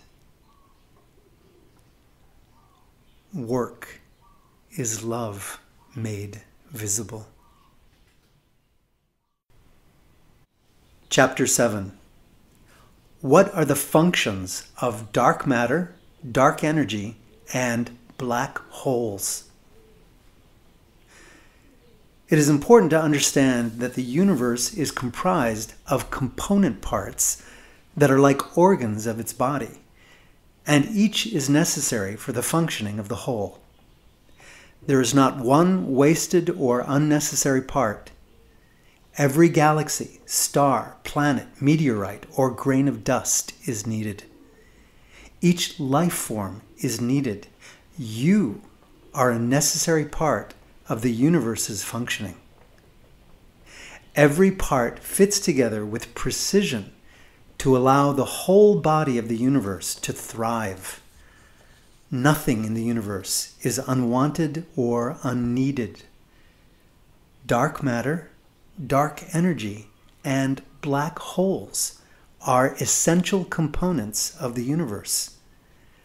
Their functions are the focus of this chapter. The formation of Hrimium. At each big birth, Big Bang, a precise quantity of the Hriem energy in the singularity converts into the universe's most basic particle, Hrimium. This Hrimium manifests itself as the universe, and it is comprised of the following components: visible mass and energy. This 4.9% of the universe comprises all of the energy and mass that can be observed. This includes all galaxies and clusters. This is the universe that we can observe. The other approximately 95% of the universe is the framework that holds it together and animates it. This 5% ratio is similar to the ratio of the size of any planet to the size of that planet's biosphere. The biosphere, where life actually lives on planet Earth, is approximately 5% of the mass of planet Earth, and it forms the most delicate and diverse ecosystems. The 95% balance of the universe has as its function the sustainment of this 5%. Within these protected biosphere domes, the flower of life blooms and flourishes, and the raison d'etre of the universe is fulfilled. Dark matter is Hrimium that is on all scales evenly distributed and is present in all space-time. It comprises approximately 26.8% of the universe's mass and forms the framework that stabilizes the universe, similar to the bones of a body. Dark matter does not move or change. Although it does vibrate with the nada, its distribution state is homogeneous and is not withdrawn back into the primal singularity during the universe's life cycles. As such, it cannot be detected with scientific instruments because it is evenly distributed everywhere. Scientific instruments are only capable of measuring changes in matter or energy. The unitive field of Hrimium is not changing and therefore cannot be detected. However, it can be understood as essential for how light is able to travel. Empty space is not a vacuum. It is filled with Hrimium or dark matter. That is why light, which is an electromagnetic wave, is able to travel. All electromagnetic waves need a medium through which to travel. Hrimium is the medium through which light travels and forms the unitive field that supports the universe. Dark energy. The balance of the Hrem energy of the singularity that did not convert into Hremium expresses itself as the so-called dark energy. It comprises the energy needed for the unitive field to animate the universe and is approximately 68.3% of the universe's mass. In order for life to be fostered, great stability in planetary systems is needed for millions of years. To provide this security in galaxies, a strong hub is needed. Supermassive black holes are located in the center of all galaxies to provide the gravitation attraction needed for their orbiting stars to have a steady orbit. Black holes are also the clocks that regulate the lifespan of each universal cycle, and at the right time, they trigger the big reunion. Summary of dark matter, dark energy, and black holes' functions. There is nothing negative or violent in the universe. Every part of the universe is harmonious and serves to fulfill the causal intentions of the unitive field. Dark energy, dark matter, and black holes are all positive energies and formations essential to the universe's preservation and stability. They are essential for the universe's ability to foster life. The Big Reunion. According to unitive field theory, there exists a super dense core of the universe that remains after the Big Birth. This is called the Bindu. It is the gravitational hub of the universe as well as the sacred source, and abode of the nada vibration and the unitive consciousness that is the source of the universe. The observable universe returns to the Bindu every 144 billion years. This return is known as the Big Reunion. The Big Reunion is triggered when approximately 21% of the mass of the observable universe is contained within its black holes. Recalibration within the primal singularity. At each Big Reunion, the observable universe returns to the primal singularity. In this state, the universe exists only in its first dimension of consciousness. The approximate 4.9% mass and energy that comprises the observable universe is returned into Hremium. Then it is returned into pure Hrem energy within the primal singularity, where the unitive consciousness digests the last universal cycle's experiences and recalibrates for the next big birth. The Standard Model of Physics postulates that the size of the primal singularity is smaller than an atom. According to unitive field theory, the size of the primal singularity is much larger, closer to the size of a marble, 1.3 to 2.54 centimeters in diameter. Within this primal singularity is compressed the total mass energy of the observable universe. This is not as incomprehensible as it might appear. What we call matter is comprised of 99.99999% empty space. And all the positive energy charges of the universe equal all of its negative energy charges. So the flow of energy is just an attempt to balance out energy fluctuations that ultimately cancel each other out. So it is understandable that the universe is able to expand from a marble-sized, super-dense, primal singularity into an expanded universe and then again retract back into its seed form.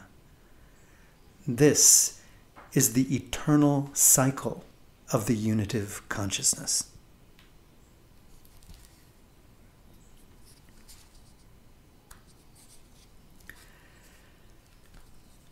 Sri Swami Shivananda, born September 8th, 1887, passed July 14th, 1963. Sri Swami Shivananda was one of the greatest yoga masters of the 20th century. He was a physician, monk, founder of the Divine Life Society and Shivananda Ashram on the banks of the Ganges in Rishikesh, India in 1936. He is the author of over 200 books on yoga, health, and Vedanta. In 1945, he organized the All World Religions Federation. Swami Shivananda merged the various branches of yoga into one holistic approach that he called the Yoga of Synthesis. Through his students, yoga has spread throughout the world. His summary teachings were carved on the ashram's Shivananda pillar and are sung as a devotional kirtan. Serve, love, give, purify, meditate, realize, do good, be kind, be compassionate. This is the essence of unitive field theory. Chapter 8. What is the one force that unites the four forces in the standard model of physics? The strong force, the weak force, gravity, and electromagnetism. Ultimately, the universe is one consciousness.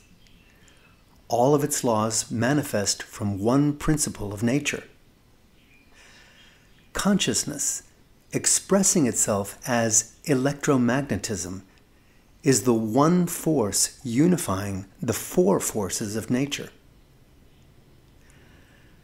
The standard model of physics assumes that four independent forces govern matter and energy. Those forces are: 1. The strong force, governing the nuclear bonds of atoms. 2. The weak force, governing atomic radioactive decay. 3. Electromagnetism, governing the alignment and flow of charged particles and their corresponding magnetic fields. And 4. Gravity, the force of attraction between all mass energy. According to unitive field theory, the one primary force that is the basis of these four forces of nature is electromagnetism. The weak force, the strong force, and gravity are all different manifestations of electromagnetism. All electromagnetic energy flows in waves at the speed of light. They comprise the brain waves of the one consciousness that pervades the universe. The standard model of physics believes that in all situations concerning magnetism, opposite charges attract and like charges repel.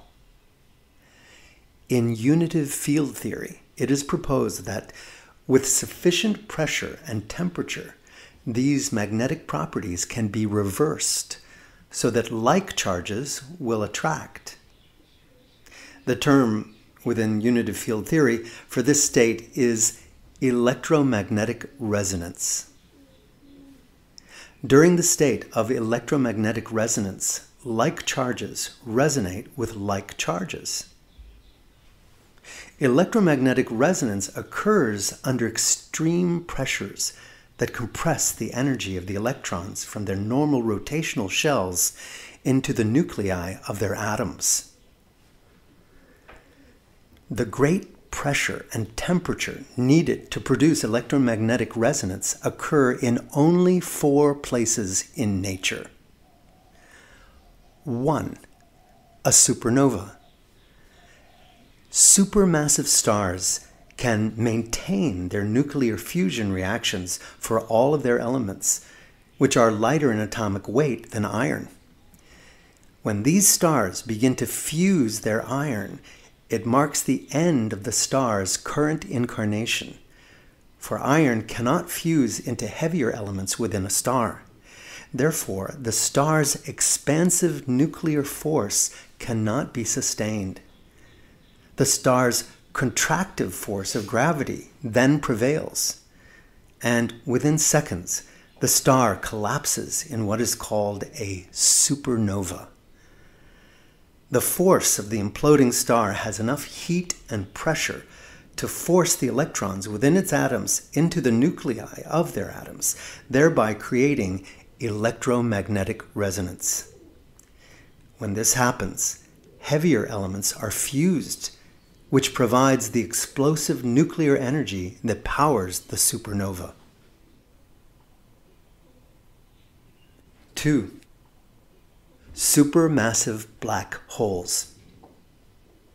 When mass is sucked into supermassive black holes, the pressure and heat are sufficient to create electromagnetic resonance, which fuses these elements into heavier elements and releases its nuclear energy in the form of quasars.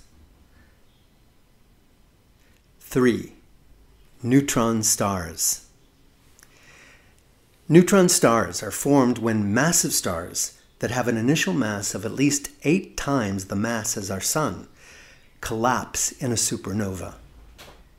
The extreme pressure and heat of the implosion causes electromagnetic resonance as the electrons of the atoms are forced into their nuclei, thereby forming neutrons. Electromagnetic resonance allows matter to become so dense that 1 tablespoon of a neutron star has an equivalent mass of over 2,700 Great Pyramids of Giza. Some neutron stars have twice the mass of our Sun, yet are only 22 kilometers, 14 miles, in diameter.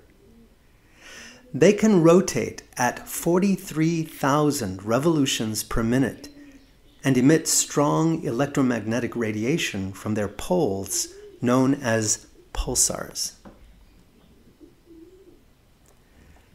4.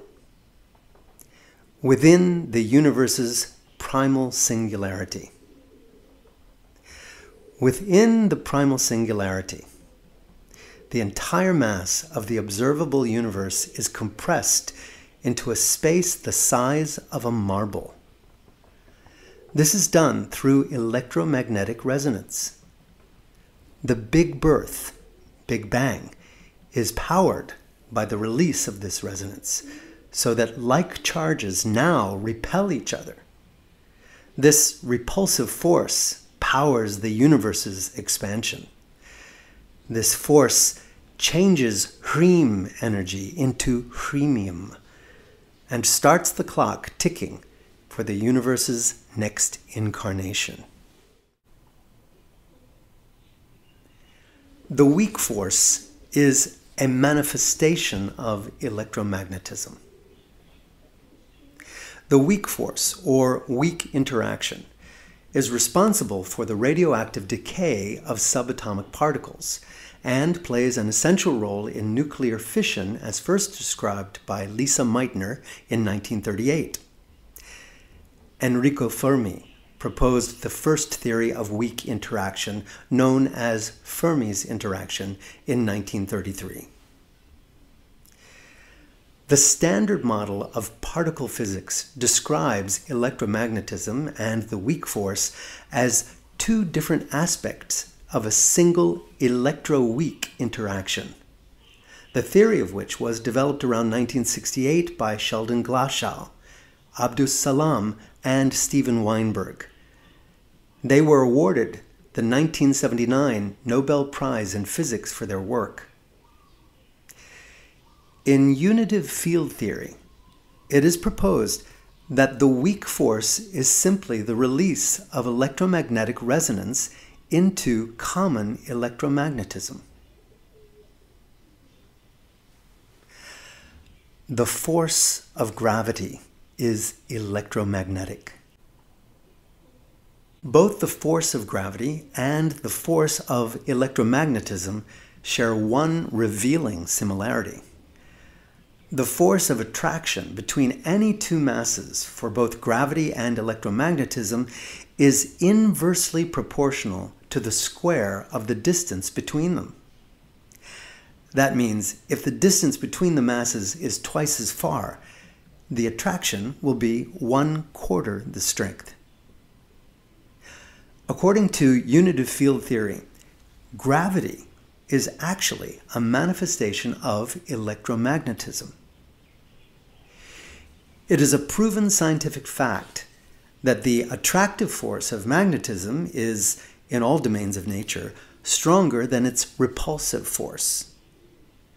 In unitive field theory, this fact is known as the electromagnetic law of attraction.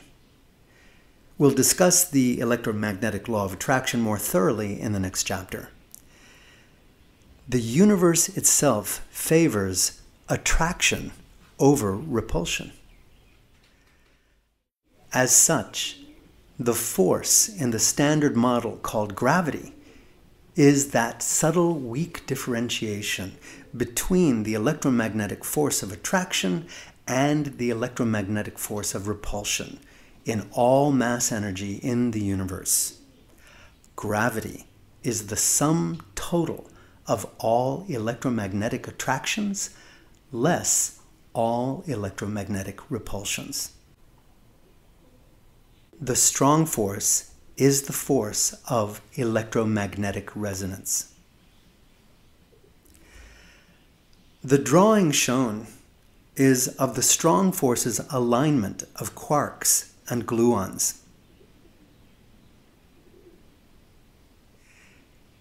Next is the same diagram, but now with the dots connected. This displays the actual force lines of the strong force that binds together the nuclei of atoms. Note that the strong force is arranged in a double tetrahedral force field, generating a hexagonal force field. The strong force fields that bind together the nuclei of atoms. This same pattern exists in the primal singularity with the 6 pairs of foundational values that are the source of the Cream energy that powers the universe. This same pattern exists in all dimensions of the universe and is the substructure of the unitive field. In summary, according to unitive field theory, the 4 forces of nature are manifestations of just one force, consciousness, expressing itself as electromagnetism. Sri Swami Satchidananda. Born December 22nd, 1914. Passed August 19th, 2002. Sri Swami Satchidananda was one of the most widely respected yoga masters of our time.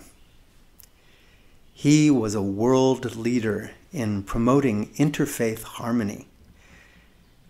He was the founder of Integral Yoga International, which serves in sharing the ancient wisdom of yoga and plant-based nutrition on every continent.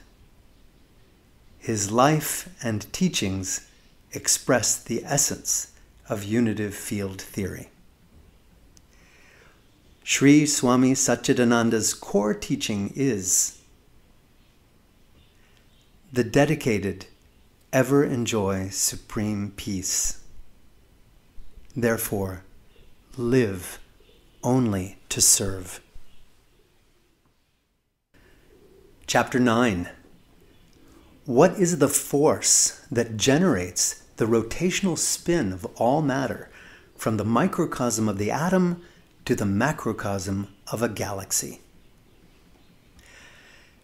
It is important for the consciousness of humanity to align with unitive consciousness. This alignment is the ultimate goal of the experience that we call life. Unitive consciousness manifests as nature, and its attributes can be understood by examining nature. In electromagnetism, the unifying force of nature, the electromagnetic law of attraction is demonstrated. In all realms of nature, the power of attraction is more powerful than the power of repulsion. The scientific proof for the electromagnetic law of attraction is given in this chapter. This law governs not only matter, but also the evolution of life forms. Life forms that are symbiotic with other organisms, that enhance biodiversity and enrich their environments, will thrive and become branches on the tree of life. Those organisms that are parasitic to other species and deplete nature will not long endure. This is the true force animating natural selection. Nature favors attraction over repulsion. This same truth stands for civil organization, corporations, and governments. Ruling by coercion, fear, and other types of repulsive forces is not as strong as ruling with cooperation, love, or other types of attractive forces. Nature always favors attractive forces, for they are aligned with loving service, which is the strongest force in the unitive field. The unitive field theory of asymmetry. The theory of asymmetry is also known as the theory of dynamic motion.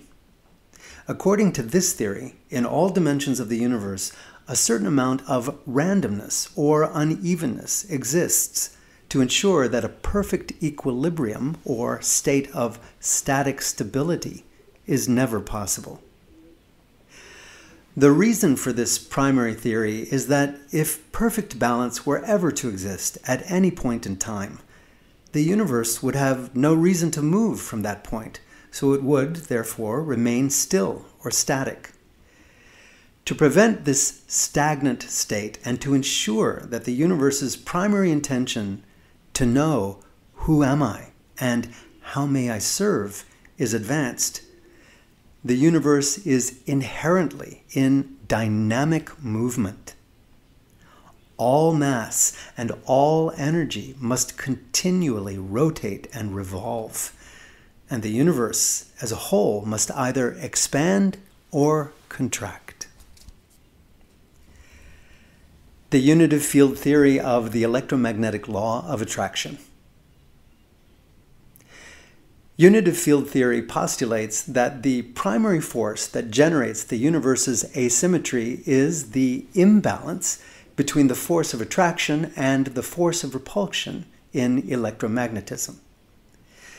This force in unitive field theory is referred to as the electromagnetic law of attraction. Every atom and all mass in the universe generate electromagnetic fields. These electromagnetic fields are comprised of a collection of individual field lines that radiate from the North Pole to the South Pole of the atom, planet, star, black hole, or galaxy. These invisible field lines can be seen in the alignment of iron filings in the presence of a magnet. Each of these field lines itself has one side that has an attractive force and one side that has a repulsive force. The electromagnetic attractive force is slightly stronger than the electromagnetic repulsive force, and this electromagnetic differentiation is the primary force for the universe's asymmetry. The implication of this imbalance is that the stronger force of attraction generates a spin on the axis of all matter from an atom to a planet to a star to a galaxy. Just as an electric motor spins because of the force of electromagnetic attraction, so all of nature's bodies, from the microcosm of atoms to the macrocosm of galaxies, are spinning with this same force. Atoms are miniature electric motors, and galaxies spin with the torque of their combined mass energy. This theory also explains why the mass at the center of all galaxies is rotating and revolving at speeds that are greater than the speed of mass farther out in the galaxies. The combined mass of their central supermassive black holes and the stars within the central areas of galaxies have a relatively great combined mass and therefore an electromagnetic field so powerful that its force of the electromagnetic law of attraction causes the galaxy's central areas to spin very quickly. This differentiation in the force of the attractive and repulsive force of electromagnetism also explains the amazing speeds of the rotations of neutron stars, which are the super-dense remains of the supernovae. They are the densest matter in the universe other than the singularities of black holes. Neutron stars can have twice the mass of our Sun, yet they are only 22 kilometers, 14 miles in diameter. The electromagnetic law of attraction is the force that can cause them to rotate at over 1,000 revolutions per second. The electromagnetic law of attraction is the primary force propelling the singularity of a black hole to rotate at speeds up to 81% of the speed of light. The electromagnetic law of attraction is the main reason why a star's corona is a higher temperature than the star's surface. Electromagnetic differentiation causes the electromagnetic bands emitted from the star's surface to twist and thereby short circuit, thus forming lightning-like sparks that generate the star's energetic explosions called coronal mass ejections. A comparable electromagnetic force that exists on Earth is lightning. Lightning is also hotter than the sun's surface. The sun's electromagnetic bands are like huge bands of lightning that project from the sun and can grow to be thousands of miles in diameter. When they twist and short circuit with each other, the released electromagnetic energy creates temperatures that are magnitudes higher than the sun's surface. The twisting of these bands, projecting from the sun's surface, is caused by the electromagnetic law of attraction. The bands twist because their field's attractive forces are stronger than their repulsive forces. Electromagnetic force is the reason why the quasars, emitted from black holes, exit the black hole along the lines of its axis. Supernovae also explode with the majority of the force projected along the lines of its axis. The axis is perpendicular to the celestial body's rotation, which means that the axis projects from the celestial body's magnetic poles. Matter and energy will predominantly follow this line when mass or energy is ejected from a celestial body, including a singularity. It is the reason for the elliptical shape of galaxies and of the universe itself. Because of centrifugal force, all galaxies, as well as the universe as a whole, are relatively flattened. The rotation caused by electromagnetic differentiation is the force that manifests the patterns of Fibonacci spiral sequences, which are seen in nature on every scale and will be described in more detail in the next chapter. The direction of the spin can be calculated with the same right-hand rule used for determining the direction of electromagnetic field lines. The combined electromagnetic force of a galaxy is the primary force that determines its direction and speed of rotation. When two galaxies collide and merge, their new combined electromagnetic force determines the new merged galaxy's rotational direction and velocity. Diagrams showing the cause of the unitive field electromagnetic law of attraction. The attraction between magnets is a little stronger than the repulsion. That is due to the alignment of the molecular magnets in the magnet. The attraction as well as the repulsion of magnets decreases significantly with increasing distance. When two equal magnets touch each other, the attraction between two unequal poles is 5 to 10% stronger than the repulsion of equal poles. That is due to the alignment of the molecular magnets in a magnet. In a single magnet, the molecular magnets are aligned sort of parallel to each other.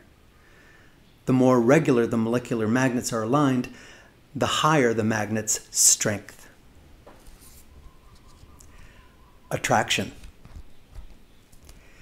When two unequal magnetic poles attract each other, the one magnet supports the parallel alignment of the molecular magnets in the other magnet.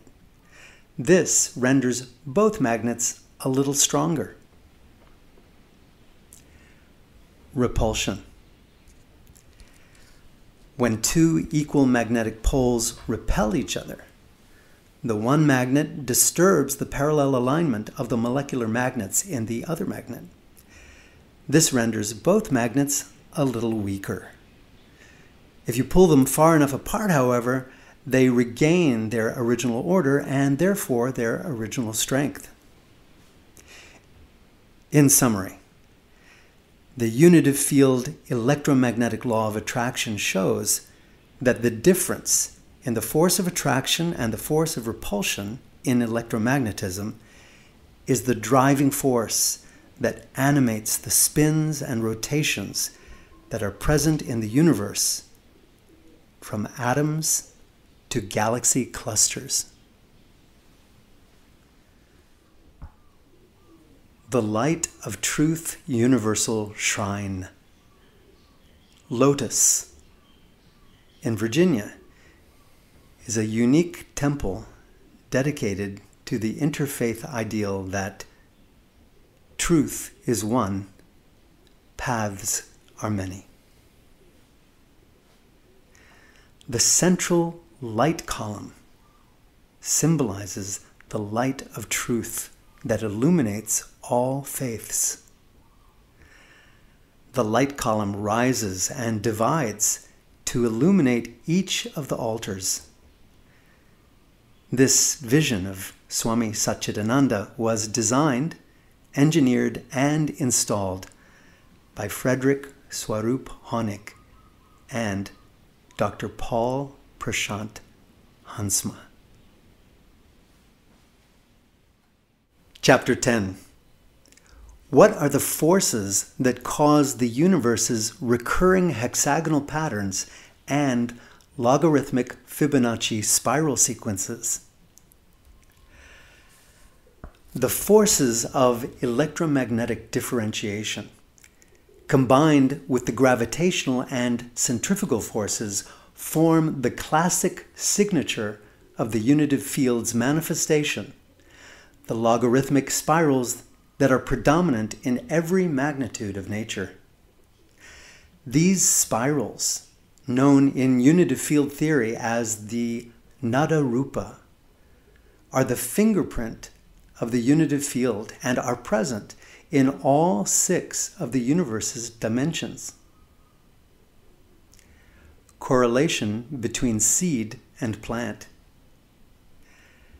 Just as a seed breeds a plant that has similar qualities to the seed itself, so the singularity manifests as a universe with similar qualities to itself. The singularity vortex is a double tetrahedral pyramid with hexagonal symmetry. Therefore, hexagonal symmetry is the organizing principle of the universe and life itself, from a snowflake to the carbon atom that is the basis of DNA and life. Leonardo Fibonacci, born 1170, passed 1250, was an Italian mathematician, considered to be the most talented Western mathematician of the Middle Ages.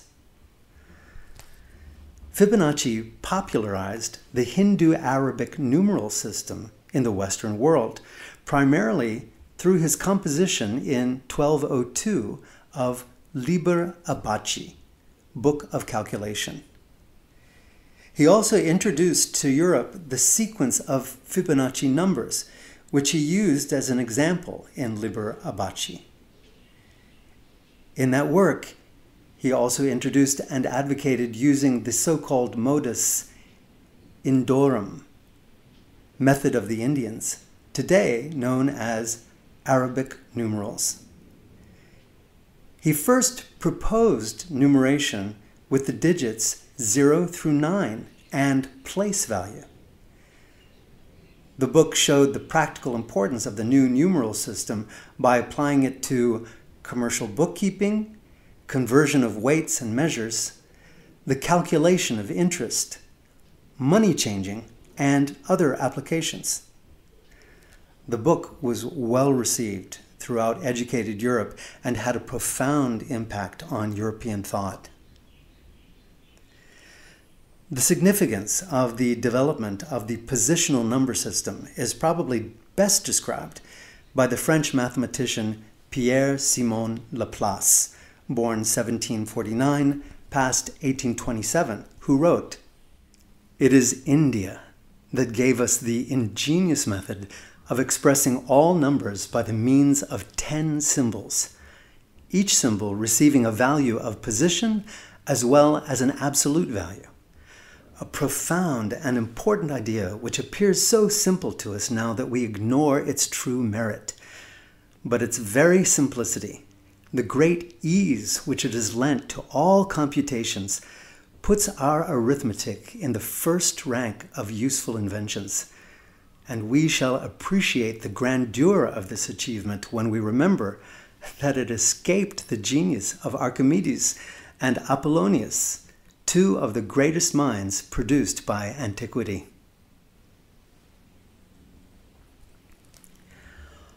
Although Fibonacci's Liber Abaci contains the earliest known description of the sequence outside of India, the sequence had been noted by Indian mathematicians as early as the 6th century. In the Fibonacci sequence of numbers, each number is the sum of the previous 2 numbers. Fibonacci began the sequence 0, 1, 1, 2, 3, 5, 8, 13, 21, 34, 55, 89, 144, 233, 377. Phi is the basis for the golden ratio, section, or mean. The ratio or proportion determined by phi, 1.618, was known to the Greeks as dividing a line in the extreme and mean ratio, and to Renaissance artists as the divine proportion. It is also called the golden section, golden ratio, and the golden mean. The golden ratio is seen in seashells, such as the nautilus shell. The golden ratio is seen in the arrangement of leaves on a plant. In botany, phyllotaxis or phyllotaxy is the arrangement of leaves on a plant stem, from the ancient Greek phylon, leaf, and taxis, arrangement. Phylotactic spirals form a distinctive class of patterns in nature. Cyclones develop with the golden ratio.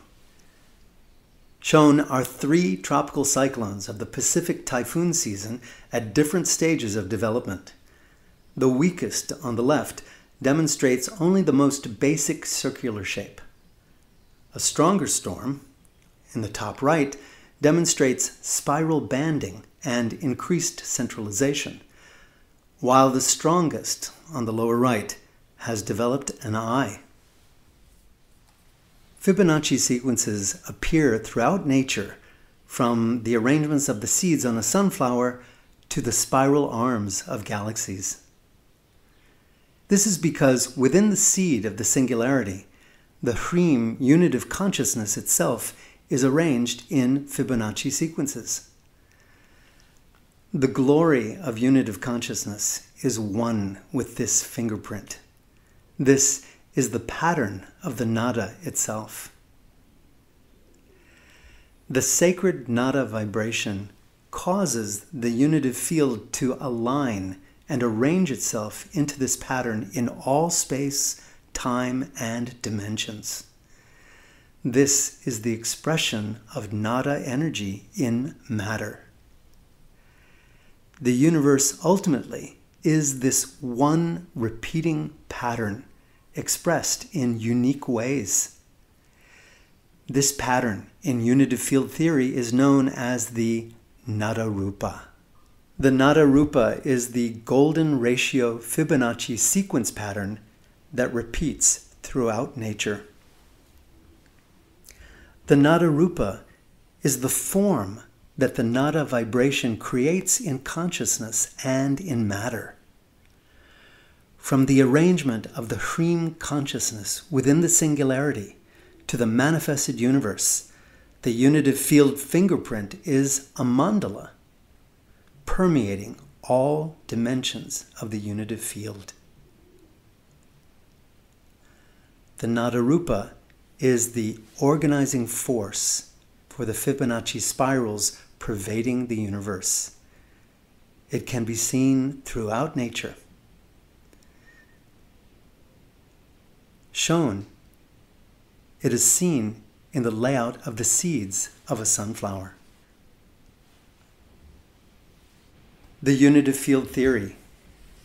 Consciousness is the seed of matter. Unitive field theory shows that consciousness is the seed of matter and that matter does not create consciousness. This theory is consistent with sacred geometry and the hexagonal patterns and Fibonacci sequences that permeate the universe and its life forms on all scales. Unitive field theory. Life is based on hexagonal symmetry. The building block upon which DNA is structured is the carbon atom with atomic number 6. It forms a variety of hexagonal structures from DNA to diamonds. It has the strongest bonds known to nature, since they are aligned with the same six-pointed symmetry found in the strong force, in Hremium, and in the 6 pairs of principal values. The nada vibration is composed of 6 pairs of values that generate a universe with 6 dimensions expressing hexagonal symmetry. All life forms are organized with hexagonal symmetry. DNA is carbon-based, with the hexagonal symmetry of an atom with 6 protons, 6 neutrons, and 6 electrons. Water is the basis of life and crystallizes in the 6-pointed symmetrical structures comprising all ice crystals. These hexagonal crystals express the vibrational qualities present in water atoms when they freeze. Life itself is the eloquent expression of the hexagonal nature of creation. These 6 dimensions define the universe's hexagonal organizing principles, which are repeated throughout nature. Water is the mother of life, and like carbon-based DNA, exhibits hexagonal symmetry. Water has been shown to have memory and consciousness. Chapter 11. What is the source of life in the universe, and what governs its evolution? According to unitive field theory, all life forms in the universe derive from just one genesis and share in common at least 6% of their DNA. The unitive field's causal intention, Ci times 10 to the power of 144 Hrem, to bring forth and nurture diverse life forms, manifests through the universe's first primordial bacteria within 320 million years after each big birth. These bacteria are extremophiles and can survive in volcanic thermal vents as well as in outer space. Most planets, moons, and asteroids host primordial bacteria in their rocks that will bloom into a full spectrum of complex species given a suitable environment. The universe is teeming with life, and we are all one family. In accordance with the law of causation, the unitive field fosters the evolution of synergistic life forms by interfacing with the protein activators in their DNA sequences. Every life organism is continually receiving feedback from its environment that mirrors back the energy it is projecting to nature. Those organisms that deplete nature or engage in relationships that are detrimental to other organisms will neither thrive nor long endure. Natural selection chooses those organisms that are most harmonious with their environment, those that enhance the well-being of nature and other life forms. It is obvious by studying the bone structures shown that nature is able to improvise to make many variations from a common design. This is an expression of the unitive field's causal intention of Ci times 10 to the power of 144 Hrem to bring forth and nurture diverse life forms. The ancient Hawaiian wisdom of the spirit of aloha is a guide for living in harmony with nature. Life forms thrive by living in harmony with the 12 organizing principles of the unitive field. The spirit of aloha eloquently expresses the universal wisdom of the unitive field's fundamental values. Unitive field theory chooses for its nomenclature the 12 Hawaiian terms comprising the spirit of aloha. To live life in the spirit of aloha is to understand unitive field theory. one. Mahalo. Gratitude. By looking at life experiences through the lens of appreciation, we realize that the entire unitive field is choreographing our present moment to offer us experiences that are perfect for our growth. 2. Ha'a. Humility. By accepting the present moment of our lives, we open ourselves to allowing unitive energy to flow through us. 3. Ihi. Respect. By seeing everything as a manifestation of the one unitive field, we naturally offer our love and service freely. 4. Laulima. Simplicity. By taking only what we need and living a life close to nature, we open to the wealth of being satisfied with what is given in the here and now, and are freed from the delusion of always needing more to be happy. 5. Ma'alahi. Cooperation. By joyfully using our gifts and wealth to serve the unitive field through its creation, we allow the flow of unitive energy to flow through us. 6. Pono. Honesty. By choosing a life of non-violence, we live in integrity with our true nature.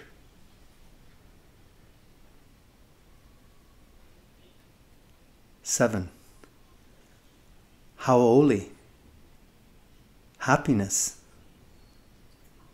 By stilling our minds, we experience the peace within. This is the only joy that can truly fulfill our needs. 8. Aloha.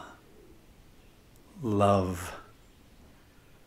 By allowing our joy to overflow in service to the unitive field in the form of its creation, we allow the breath of life to flow through us.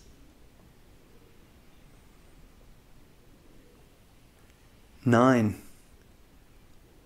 Kuleana. Service. By fulfilling our obligations to nature and our environment, by giving more than we consume, we live in harmony and balance. 10. Noah. Freedom.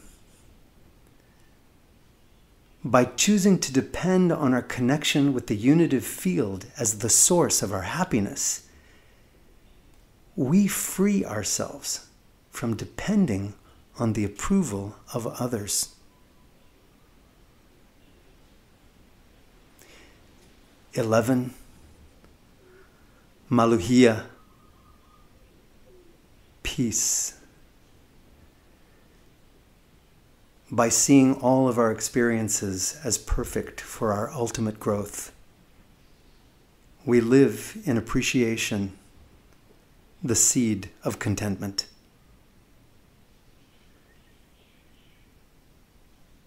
And 12. Lokahi. Unity. By realizing our oneness with all of creation, we realize that we too are one with the unitive field. uamao ke ea o ka aina I ka pono. Forever is sustained the life of the land by righteousness. This ancient Hawaiian wisdom is the essence of the spirit of aloha and the master key to understanding unitive field theory. Chapter 12. How is quantum entanglement used for human consciousness to align with unitive consciousness? According to unitive field theory, the Big Bang, the Big Birth, is similar to a supernova. Just as a black hole is formed and remains after a supernova, so the universe has a core that remains in place after the Big Bang. That core is called the Bindu. It is the place where the primordial nada vibration abides in its sacred vibrational temple. It is the Godhead, the center of the universe, the source of the one consciousness of all beings. It is here that our awareness is experienced and our memories are stored. What we call the brain is simply a modem that is quantumly entangled with this one source of all consciousness that abides eternally within the Bindu. The Bindu is the gravitation hub of the universe. The universe as a whole rotates around the Bindu every 12 billion years. Because the entire universe is one living consciousness, every manifestation is part of this unitive consciousness. All localized consciousness that has name and form is one with unitive consciousness, although it is not the sum total of unitive consciousness. Though an ocean wave is one with the ocean, the wave is not the whole of the ocean. As matter can transform into energy, and energy can transform into matter, so consciousness can transform from localized consciousness into unitive consciousness. In fact, life's goal is for individual consciousness to achieve the state of unitive consciousness. To make this shift, the localized identity, or ego, needs to be transcended in order to experience unitive consciousness. This is the essential goal of the experience we call life. When the mind is still, it becomes like a pristine lake reflecting the bliss of our own consciousness. The attainment of unitive consciousness is achieved by stilling the mind so that the unitive consciousness, the source of all consciousness, can be experienced without the distortion of localized consciousness or thoughts. Just as the stars can only be seen in the absence of sunlight, so the unitive consciousness can only be experienced in the absence of localized consciousness or thoughts. In the silence of the mind, the nada is heard, and unitive consciousness is experienced. There exists just one unitive field, manifesting as just one universe that eternally cycles between the state of being a singularity and the state of being an expanded universe comprised of solar systems and galaxies. The sum total of the universe's mass energy minus its negative force of gravity equals a grand total of 0. When all of the universe's positive charges are added to all of the universe's negative charges, the grand total of these charges is also 0.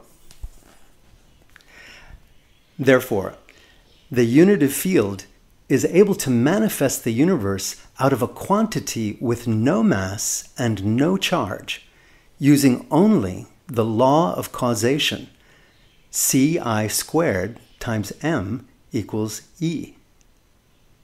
The only unchanging reality in this manifested universe is consciousness itself, the organizing principle and source of all matter, energy, time, and space. The unitive field and all its spectrum of consciousness is all that truly exists. All manifestations of individual consciousness are simply rays of its color spectrum. The universe's size and complexity are increasing with each universal cycle estimated to be 144 billion years from the Big Birth to the Big Reunion. The increase in complexity in nature and life forms is achieved by the lessons learned during each universal cycle. The lessons learned in the universe's university, which is called life, are remembered. And then the next big birth evolves in precision through the lessons learned from the previous universal cycles. Life is the company that the unitive consciousness fosters to reflect its own loving energy. The unitive field bubbles in the bliss of its own love for its own foundational values within its singularity. Eventually, it digests the experiences of the last cosmic cycle and finishes its calculations for the next big birth, and then, voila, another big birth. Each new birth yields a universe with greater complexity and synergies. The goal of the universal show is to create life forms with localized consciousness that can become aware of the unitive field so that the unitive field can have another way of understanding who am I and how may I serve. Through life forms, the unitive field expresses its loving energy into the manifested creation, which is the body of the unitive field. The unitive field is ultimately one force field of love and service. Life is the company that the unitive consciousness fosters to reflect its own loving energy. The state of alignment with unitive field energy is called yoga or union. This unitive state of consciousness is available to all life forms, and the key to experiencing it is keeping the mind still by total surrender of individual will to unitive will. As long as we hold on to the idea that the someone I am is separate from the unitive field, we will suffer by experiencing the delusion of egoism. This misunderstanding is the source of all misery and strife. In truth, we are one. There is no division between any of us or between us and the unitive field itself. There exists only one unitive field of consciousness, and we are all parts of that field, and at the same time one with the field itself. Just as a wave is one with the ocean, at the same time it is a wave. So we are one with the field itself, even if we have localized consciousness. Individual consciousness is just the reflection of unitive consciousness on a mind. When the mind reflects unitive consciousness, it has the experience of I am. If it assumes I am to be just the body and the mind, the ignorance of egoism is born with its fleet of miseries. A light bulb is not illuminated with the effulgence of its own energy. It is empowered by an electrical source. The light bulb is simply the channel through which the electrical energy is passing. It is the electrical energy that is actually animating the light bulb. Similarly, the unit of consciousness is animating our consciousness. If we choose, we can align our consciousness with unit of consciousness to the point where unit of consciousness can automatically function through our consciousness. The result is dynamic, productive service that enhances the well-being of nature. This state of yoga is the experience of being in the flow. It is productive, dynamic activity that feels easeful, peaceful, and is useful. The unitive field of consciousness pervades all 6 dimensions of the universe. The unit of consciousness creates life forms to use as mirrors for seeing itself. Its goal is to create life forms that evolve to experience unitive consciousness. That way, the unitive field can see itself through that window. It is a way that one energy field can divide itself into names and forms for the purpose of fulfilling its primary mission of knowing who am I and how may I serve. The unitive field expresses its love through service, and the unitive field creates environments conducive for life forms that are synergistic with their environments.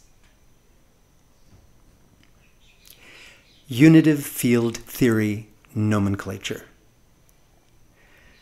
To understand the nature of human consciousness, unitive field theory draws its nomenclature from the ancient Vedic science of consciousness.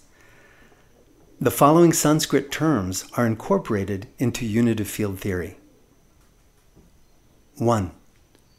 Brahman, the unit of consciousness that is the one eternal reality and the only unchanging aspect of the unitive field. 2. Atman, the unit of soul with attributes and identity that reflect Brahman. 3. Sat Chid Ananda, existence, consciousness, happiness, the eternal awareness of joy. 4. Swarup, the true nature of the self of all beings, which is Satchidananda. It is the Brahman, the absolute consciousness, that is the unchanging Swarup, or nature, that gives rise to the Atman, the individual soul. Just as the wave is one with the ocean, yet has its own distinct form, so the Atman is a wave of consciousness within the ocean of Brahman. A wave has its own amplitude, frequency, and power, yet it is still one with the ocean and was never really separate from it. Vedic assertion, Satchidananda Swarup Ho Ham, eternal existence, consciousness, and bliss, my true nature is. 5. Jivan, the individual soul that can function in 2 ways or in a combination of both. A. Jivan as an ego. In this case, the Jivan identifies itself primarily with the mind and body and sees itself as separate from the Atman. This misidentification is the source of all misery, strife, war, and conflict. It is responsible for all that is called evil. B. Jivan as Jivan Muktan. In this liberated state, the Jivan realizes its Swarup, or true nature, as being one with the Atman, and is freed from the illusion that its consciousness is dependent on having a body and mind. It experiences unitive consciousness and realizes its oneness with all creation. It naturally and easily expresses the values of the unitive consciousness, and its causal intentions are effortlessly aligned with the causal intentions of the unitive field. 6. Jnana, the conscience. The conscience is the umbilical cord connecting the Jivan with the Atman. The medium for the transmission of the nada hrim energy between Atman and the Jivan is through a wisdom channel known as jnana, or the conscience. This jnana wisdom conscience channel is the key to understanding unitive field theory. The conscience is known by many names in different traditions, such as the way, the light, the truth, and the inner voice, morality, wisdom, prudence, fairness, mindfulness, the laws of nature, the word, the inner self, the reality, and the Tao. It is the way the consciousness of any life form determines its causal intentions and knows which actions would be in alignment with the causal intentions of the unitive consciousness. Even animals have the innate wisdom of a conscious conscience. Innate to consciousness itself is jnana, the ability to know how to use this consciousness in alignment with unitive consciousness. The jnana wisdom is strengthened or weakened with each causal intention that is executed by any being. The goal of life is to make choices of causal intentions that are in alignment with the well-being of nature. This strengthens the jnana wisdom conscience channel. Nature nurtures life forms whose causal intentions align with the unitive field's causal intention of being serviceful. The universe is a field of loving service. Any organism that aligns with that goal will prosper and thrive. And those that are not synergistic will not long endure. Thus, natural selection that controls the evolution of all life forms is the outcome of the law of causation. Because of the law of causation, every time a jivan executes a causal intention, Ci, the resulting energy, E, will either strengthen or weaken its conscience's umbilical cord. Our entire life experience is determined by the thoughts and actions that we choose to entertain. Thoughts reap actions. Actions reap habits. Habits reap character. Character reaps destiny. By entertaining thoughts that are in alignment with the unitive field causal intention, the nada flow, which is the conscience, is strengthened. This results in greater health and insight being manifested. The unitive field has the primary causal intention to know who am I and how may I serve. In order to fulfill this intention, It prisms its one eternal consciousness into billions of color segments. This is similar to clear light refracting in a prism into a rainbow of colors. The sum total of all the colors of the rainbow still equals the original clear light, yet each color is an aspect of the clear light and adds a beauty and diversity to the unitive field. The one unit of consciousness is the source of all mass energy and consciousness in the universe, yet at the same time, it does not lose any of its own consciousness. This is accomplished in the same way that, in the presence of a powerful magnet, an iron bar will become magnetized. Yet the powerful magnet does not lose any of its own magnetic charge, even though it magnetizes countless other bars. This same truth is expressed in the following ancient Sanskrit Vedic verse. Om Purnamada Purnamidam Purnat Purnamudachyate Purnasya Purnamadaya Purnameva Vashishate. That is full. This is also full. This fullness came from that fullness.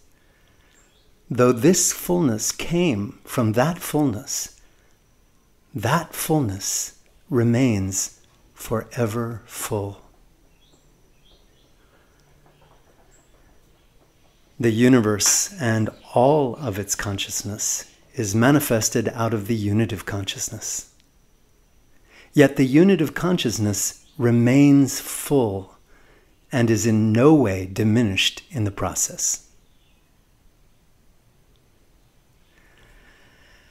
The unitive field game plan. The Jivan is the Atman in individual consciousness. The Jivan is given free will within certain limitations. Free will is another way of describing causal intention. The unitive field assigns responsibility to each Jivan for the stewardship of its share of Shrim energy. This responsibility is assigned by the law of causation. Ci squared times m equals E. The Jivan's causal intentions squared times the mass of those affected by those intentions is the resulting energy that the Jivan will be facing in its life experience.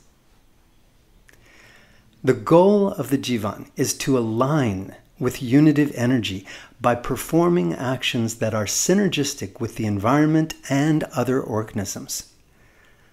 Life is an opportunity to serve in helping creation evolve in alignment with the causal intention of the unitive field. The unitive field's primary causal intention is to be of service. That is the secret of the universe and of unitive field theory. Live to serve, and you will be aligned with the causal intention of unitive consciousness. That is the key to all well-being and to attaining the experience of the Jivan's oneness with the Atman. The unitive field supports and empowers life forms that are synergistic with their environments and other organisms. Such a life form will thrive and prosper and be a branch to many species. Such is the evolution of species and the propagation of life forms that are in resonance with unitive field service and love energy within the dimensions of space and time. Plant-based vegan nutrition. The primary way humanity can be synergistic with the Earth's ecosystem is for humanity to evolve to eating plant-based nutrition. A reminder from Albert Einstein, quote, "Nothing will benefit human health and increase the chances for survival of life on Earth as much as the evolution to a vegetarian diet. Vegetarian food leaves a deep impression on our nature. If the whole world adopts vegetarianism, it can change the destiny of humankind." Unquote. This nonviolent form of nutrition yields a causal intention that is harmonious and respectful to our fellow creatures and Earth's environment. This causal intention will then yield back to its source an energy that is aligned with the unitive causal intention of fostering a diversity of life forms. Therefore, the unitive energy will be able to flow through those life forms that are synergistic with their environments and enhancing the well-being of other life forms. Moving to plant-based nutrition opens the door to allow the unitive energy to flow through us. It is the single most important step any person can take to align with unitive consciousness. Both Mahatma Gandhi and Albert Einstein were strong supporters of the vegetarian movement. They promoted plant-based nutrition as an expression of their pacifism and nonviolent commitments. Mahatma Gandhi joined the London Vegetarian Society's executive committee when he lived in London from 1888 to 1891. On November 20th, 1931, during a visit to London for the second Roundtable Conference on India's Future, he gave a speech to the Society encouraging it to promote a meat-free diet as a matter of ethics, not health. Here is the opening passage from his speech. "Mr. Chairman, fellow vegetarians and friends, when I received the invitation to be present at this meeting, I need not tell you how pleased I was, because it revived old memories and recollections of pleasant friendships formed with vegetarians. I feel especially honored to find on my right Mr. Henry Salt. It was Mr. Salt's book, A Plea for Vegetarianism, which showed me why, apart from a hereditary habit, and apart from my adherence to a vow administered to me by my mother, it was right to be a vegetarian. He showed me why it was a moral duty incumbent on vegetarians not to live upon fellow animals. It is therefore a matter of additional pleasure to me that I find Mr. Salt in our midst." Vegan nutrition is the optimal fuel for a human body. Humans are by nature herbivores. We have between 30 and 40 feet of intestines. This clearly defines us as herbivores. When we eat plant-based nutrition, we can live healthy lives and be free from the many diseases caused by eating non-vegan foods. Vegan nutrition is the most efficient way to eat. It takes less natural resources. Eating lower on the food chain is safer. As toxins become concentrated, the higher one moves up the food chain. It is kind to be merciful to animals. Because of the law of causation, the way humanity treats animals will be the way humanity's governments and corporations will treat humanity. If humanity would move to plant-based nutrition, it would end the institution of war and create a more equal and just distribution of wealth within human societies. Nature is a mirror. The way we treat nature is the way corporations and governments will treat us. There is no doubt about this. History shows this clearly. If we live in harmony with nature, by offering animals the respect they deserve, then nature will bless us with a life of fulfillment. If we harm animals, nature will be forced to reflect back to us the experience of suffering. The choice is ours, and the vote is made with each bite of food that we take. Transform your life and the life of the planet by choosing wisely. Choose plant-based nutrition, and nature will bless you. The vegan food groups: fruits, vegetables, legumes, beans, whole grains, seeds, nuts. Fruits and vegetables are the manna from heaven, provided by the unitive field for humanity. The cornucopia of fruits blesses humanity with a great variety of delicious, nutritious, and colorful treats. Roots provide delicious and nutritious sources of sustained energy for humanity. Falafel is a vegan Middle Eastern staple food that has nourished humanity for over 5 millennia. Stir-fried veggies are a delight. Vegan pizza is delicious and easy to digest. Fruit salad feeds the body and the soul. Rice and beans form a complete vegan protein.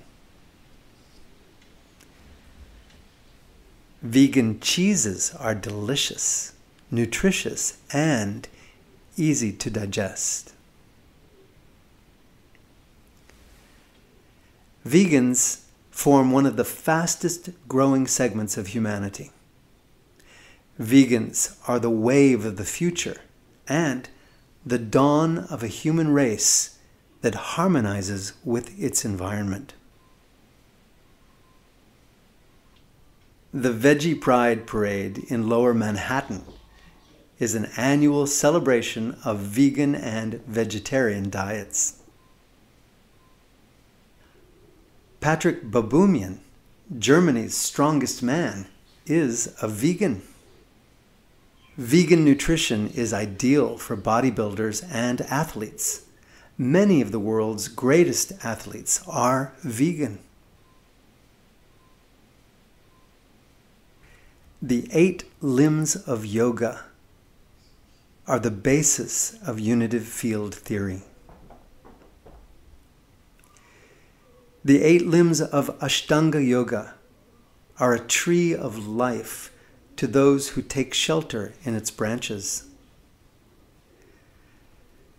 Unitive field theory is based on the science of Ashtanga Yoga. The science of yoga has a history that spans more than 5 millennia. The Ashtanga Yoga, or 8 limbs of yoga, are a scientific method for the evolution from individual consciousness to unitive consciousness. The yamas and niyamas are a compass guiding us to true integrity. 1. The yamas: ahimsa, nonviolence; satya, truthfulness; asteya, non-stealing; brahmacharya, celibacy, moderation, faithfulness to one's partner; aparigraha, non-greed. 2. The niyamas: saucha, purity of mind, speech, and body. Santosha, contentment. Tapas, perseverance in the face of obstacles. Swadhyaya, spiritual study. Ishvara pranidhana, surrender to unitive consciousness. The yamas and niyamas are an eloquent expression of the 12 foundational qualities of the unitive field. By observing the yamas and niyamas, the causal intention of the jivan is aligned with unitive causal intention. 3. Asana, the practice of the yoga poses that vitalize and tone the body and mind. 4. Pranayama, the breathing practices that invigorate and calm the body and mind. 5. Pratyahara, sense withdrawal, the skill of experiencing the here and now moment without the experience of thoughts. 6. Dharana, the practice of making the mind one-pointed, the practice of meditation. 7. Dhyana, the experience of the stilled mind. And 8. Samadhi, the experience of the balanced state of oneness with unitive consciousness. These 8 limbs of yoga are also known as Raja Yoga, or the royal path. They are a scientific progression that leads the jivan from egoism to unitive consciousness. The science of nada meditation, the sacred sound of silence. When you sit in silence, you can hear a ringing sound in your ears. Nada meditation uses your inner ringing sounds to help you attain unitive consciousness. Ancient Tibetan temple chimes depict the sacred tones of the nada. By meditating on the sacred nada vibration, we can still the mind and tune into a deeper level of consciousness. We experience the internet and open the channel for the wisdom of unitive field direct drive to flow through us. This experience is easeful, peaceful, and dynamically useful. It is similar to a computer connecting to the internet and accessing its vast wisdom, instead of just continually rummaging through its own limited files. The experience of complete silence is impossible, for woven into the fabric of consciousness is the high-pitched hum of the nada. This is the sacred Om vibration that is the very source of the one eternal consciousness of which all life forms are cells. The nada is the source of the I am, and of its intention, how may I serve? All consciousness will have this inner hum. Even when one leaves the body at the time of transition, commonly referred to as death, the nada hum continues as the eternal consciousness transitions to its new home. In this universe of constant change, the nada hum is the only absolute unchanging reality. It exists even within the primal singularity and is the organizing principle of the universe itself and of all the cells of consciousness that are called life forms. All consciousness is one with unitive consciousness and is eternal. When a sound system is turned on, it has a bass hum even before the music begins to play. So all consciousness has the nada hum. The nada is the sound of silence. The nada is also the most healing sound that the mind can experience. It is the sound that tunes all the cells of the brain to harmonize with each other. It is similar to when the conductor of an orchestra strikes a tone to which all the musicians tune their instruments. That way, they all harmonize with each other. The nada is the tone that harmonizes all of the neurons of the brain. In the Yoga Sutras of Patanjali, the goal of yoga is summarized in the second sutra. Yoga Chitta Vritti Nirodha. This means yoga or union occurs when the waves of the mind are stilled. The practice of stilling the thoughts of the mind and focusing the consciousness of the mind on the nada is referred to as dhyana or meditation. It is the seventh rung of Ashtanga Yoga. Regular meditation on the sacred nada vibration transforms the brain into a channel through which unitive consciousness can flow through us in direct drive. This is the state of samadhi, the eighth rung of Ashtanga Yoga, and it is the experience of oneness with unitive consciousness.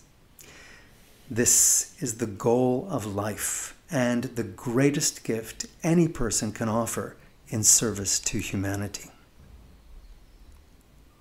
The word tinnitus is from the Latin tinere, which means to ring. Tinnitus is the hearing of sound when no external sound is present. In Sanskrit, the nada vibration is described as anahata, the sound that is made without anything striking, or the sound of silence. Learn to experience and embrace your inner orchestra. Try to spend some time each day in stilling the mind and focusing on the nada. During these times, train the mind gently. Learn to incorporate the nada into your daily life. For instance, when you're cleaning your home, making meals, walking, or whenever the mind isn't needed. Give it a safe place to reside. The sacred nada vibration is the birthright of all humanity and the sweetest gift of the unitive field to its beloved life forms. Nada meditation melts the ego's illusion of separateness. Investing 15 minutes in the morning and 15 minutes before going to sleep will bear sweet fruit in a short time. Regular meditation can transform our lives so that we work more efficiently and avoid accidents. Nada meditation is the greatest gift we can offer ourselves and the world.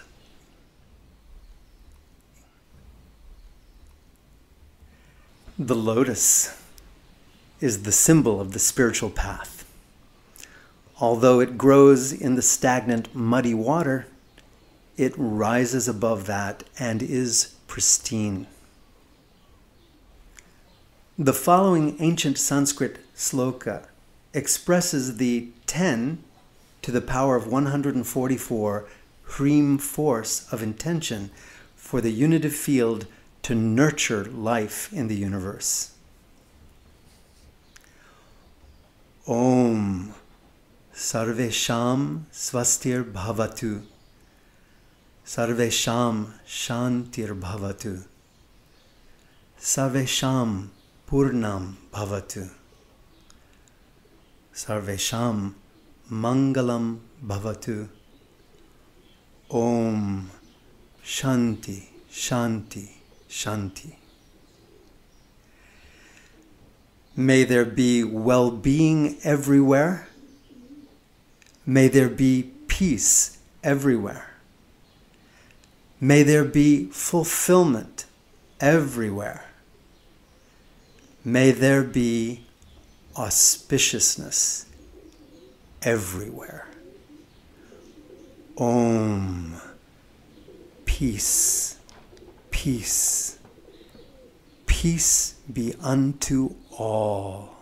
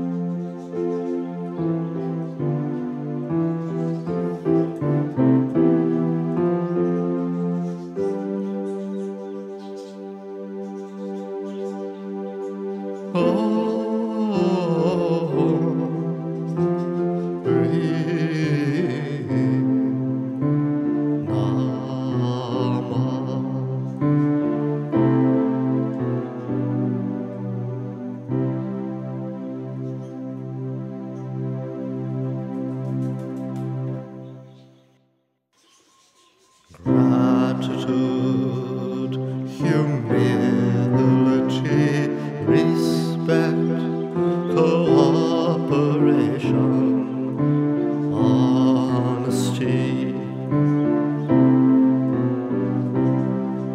happiness and love, service and freedom, peace and unity.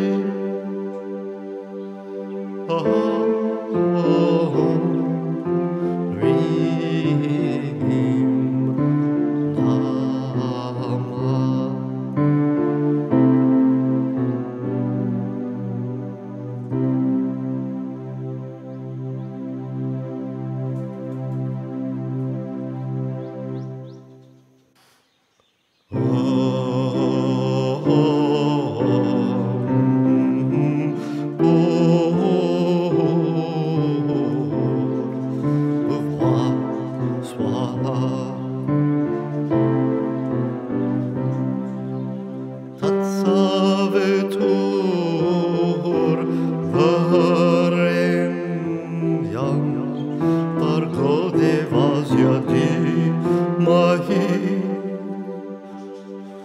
Dio yona uchodayat Om Hrim Namaha.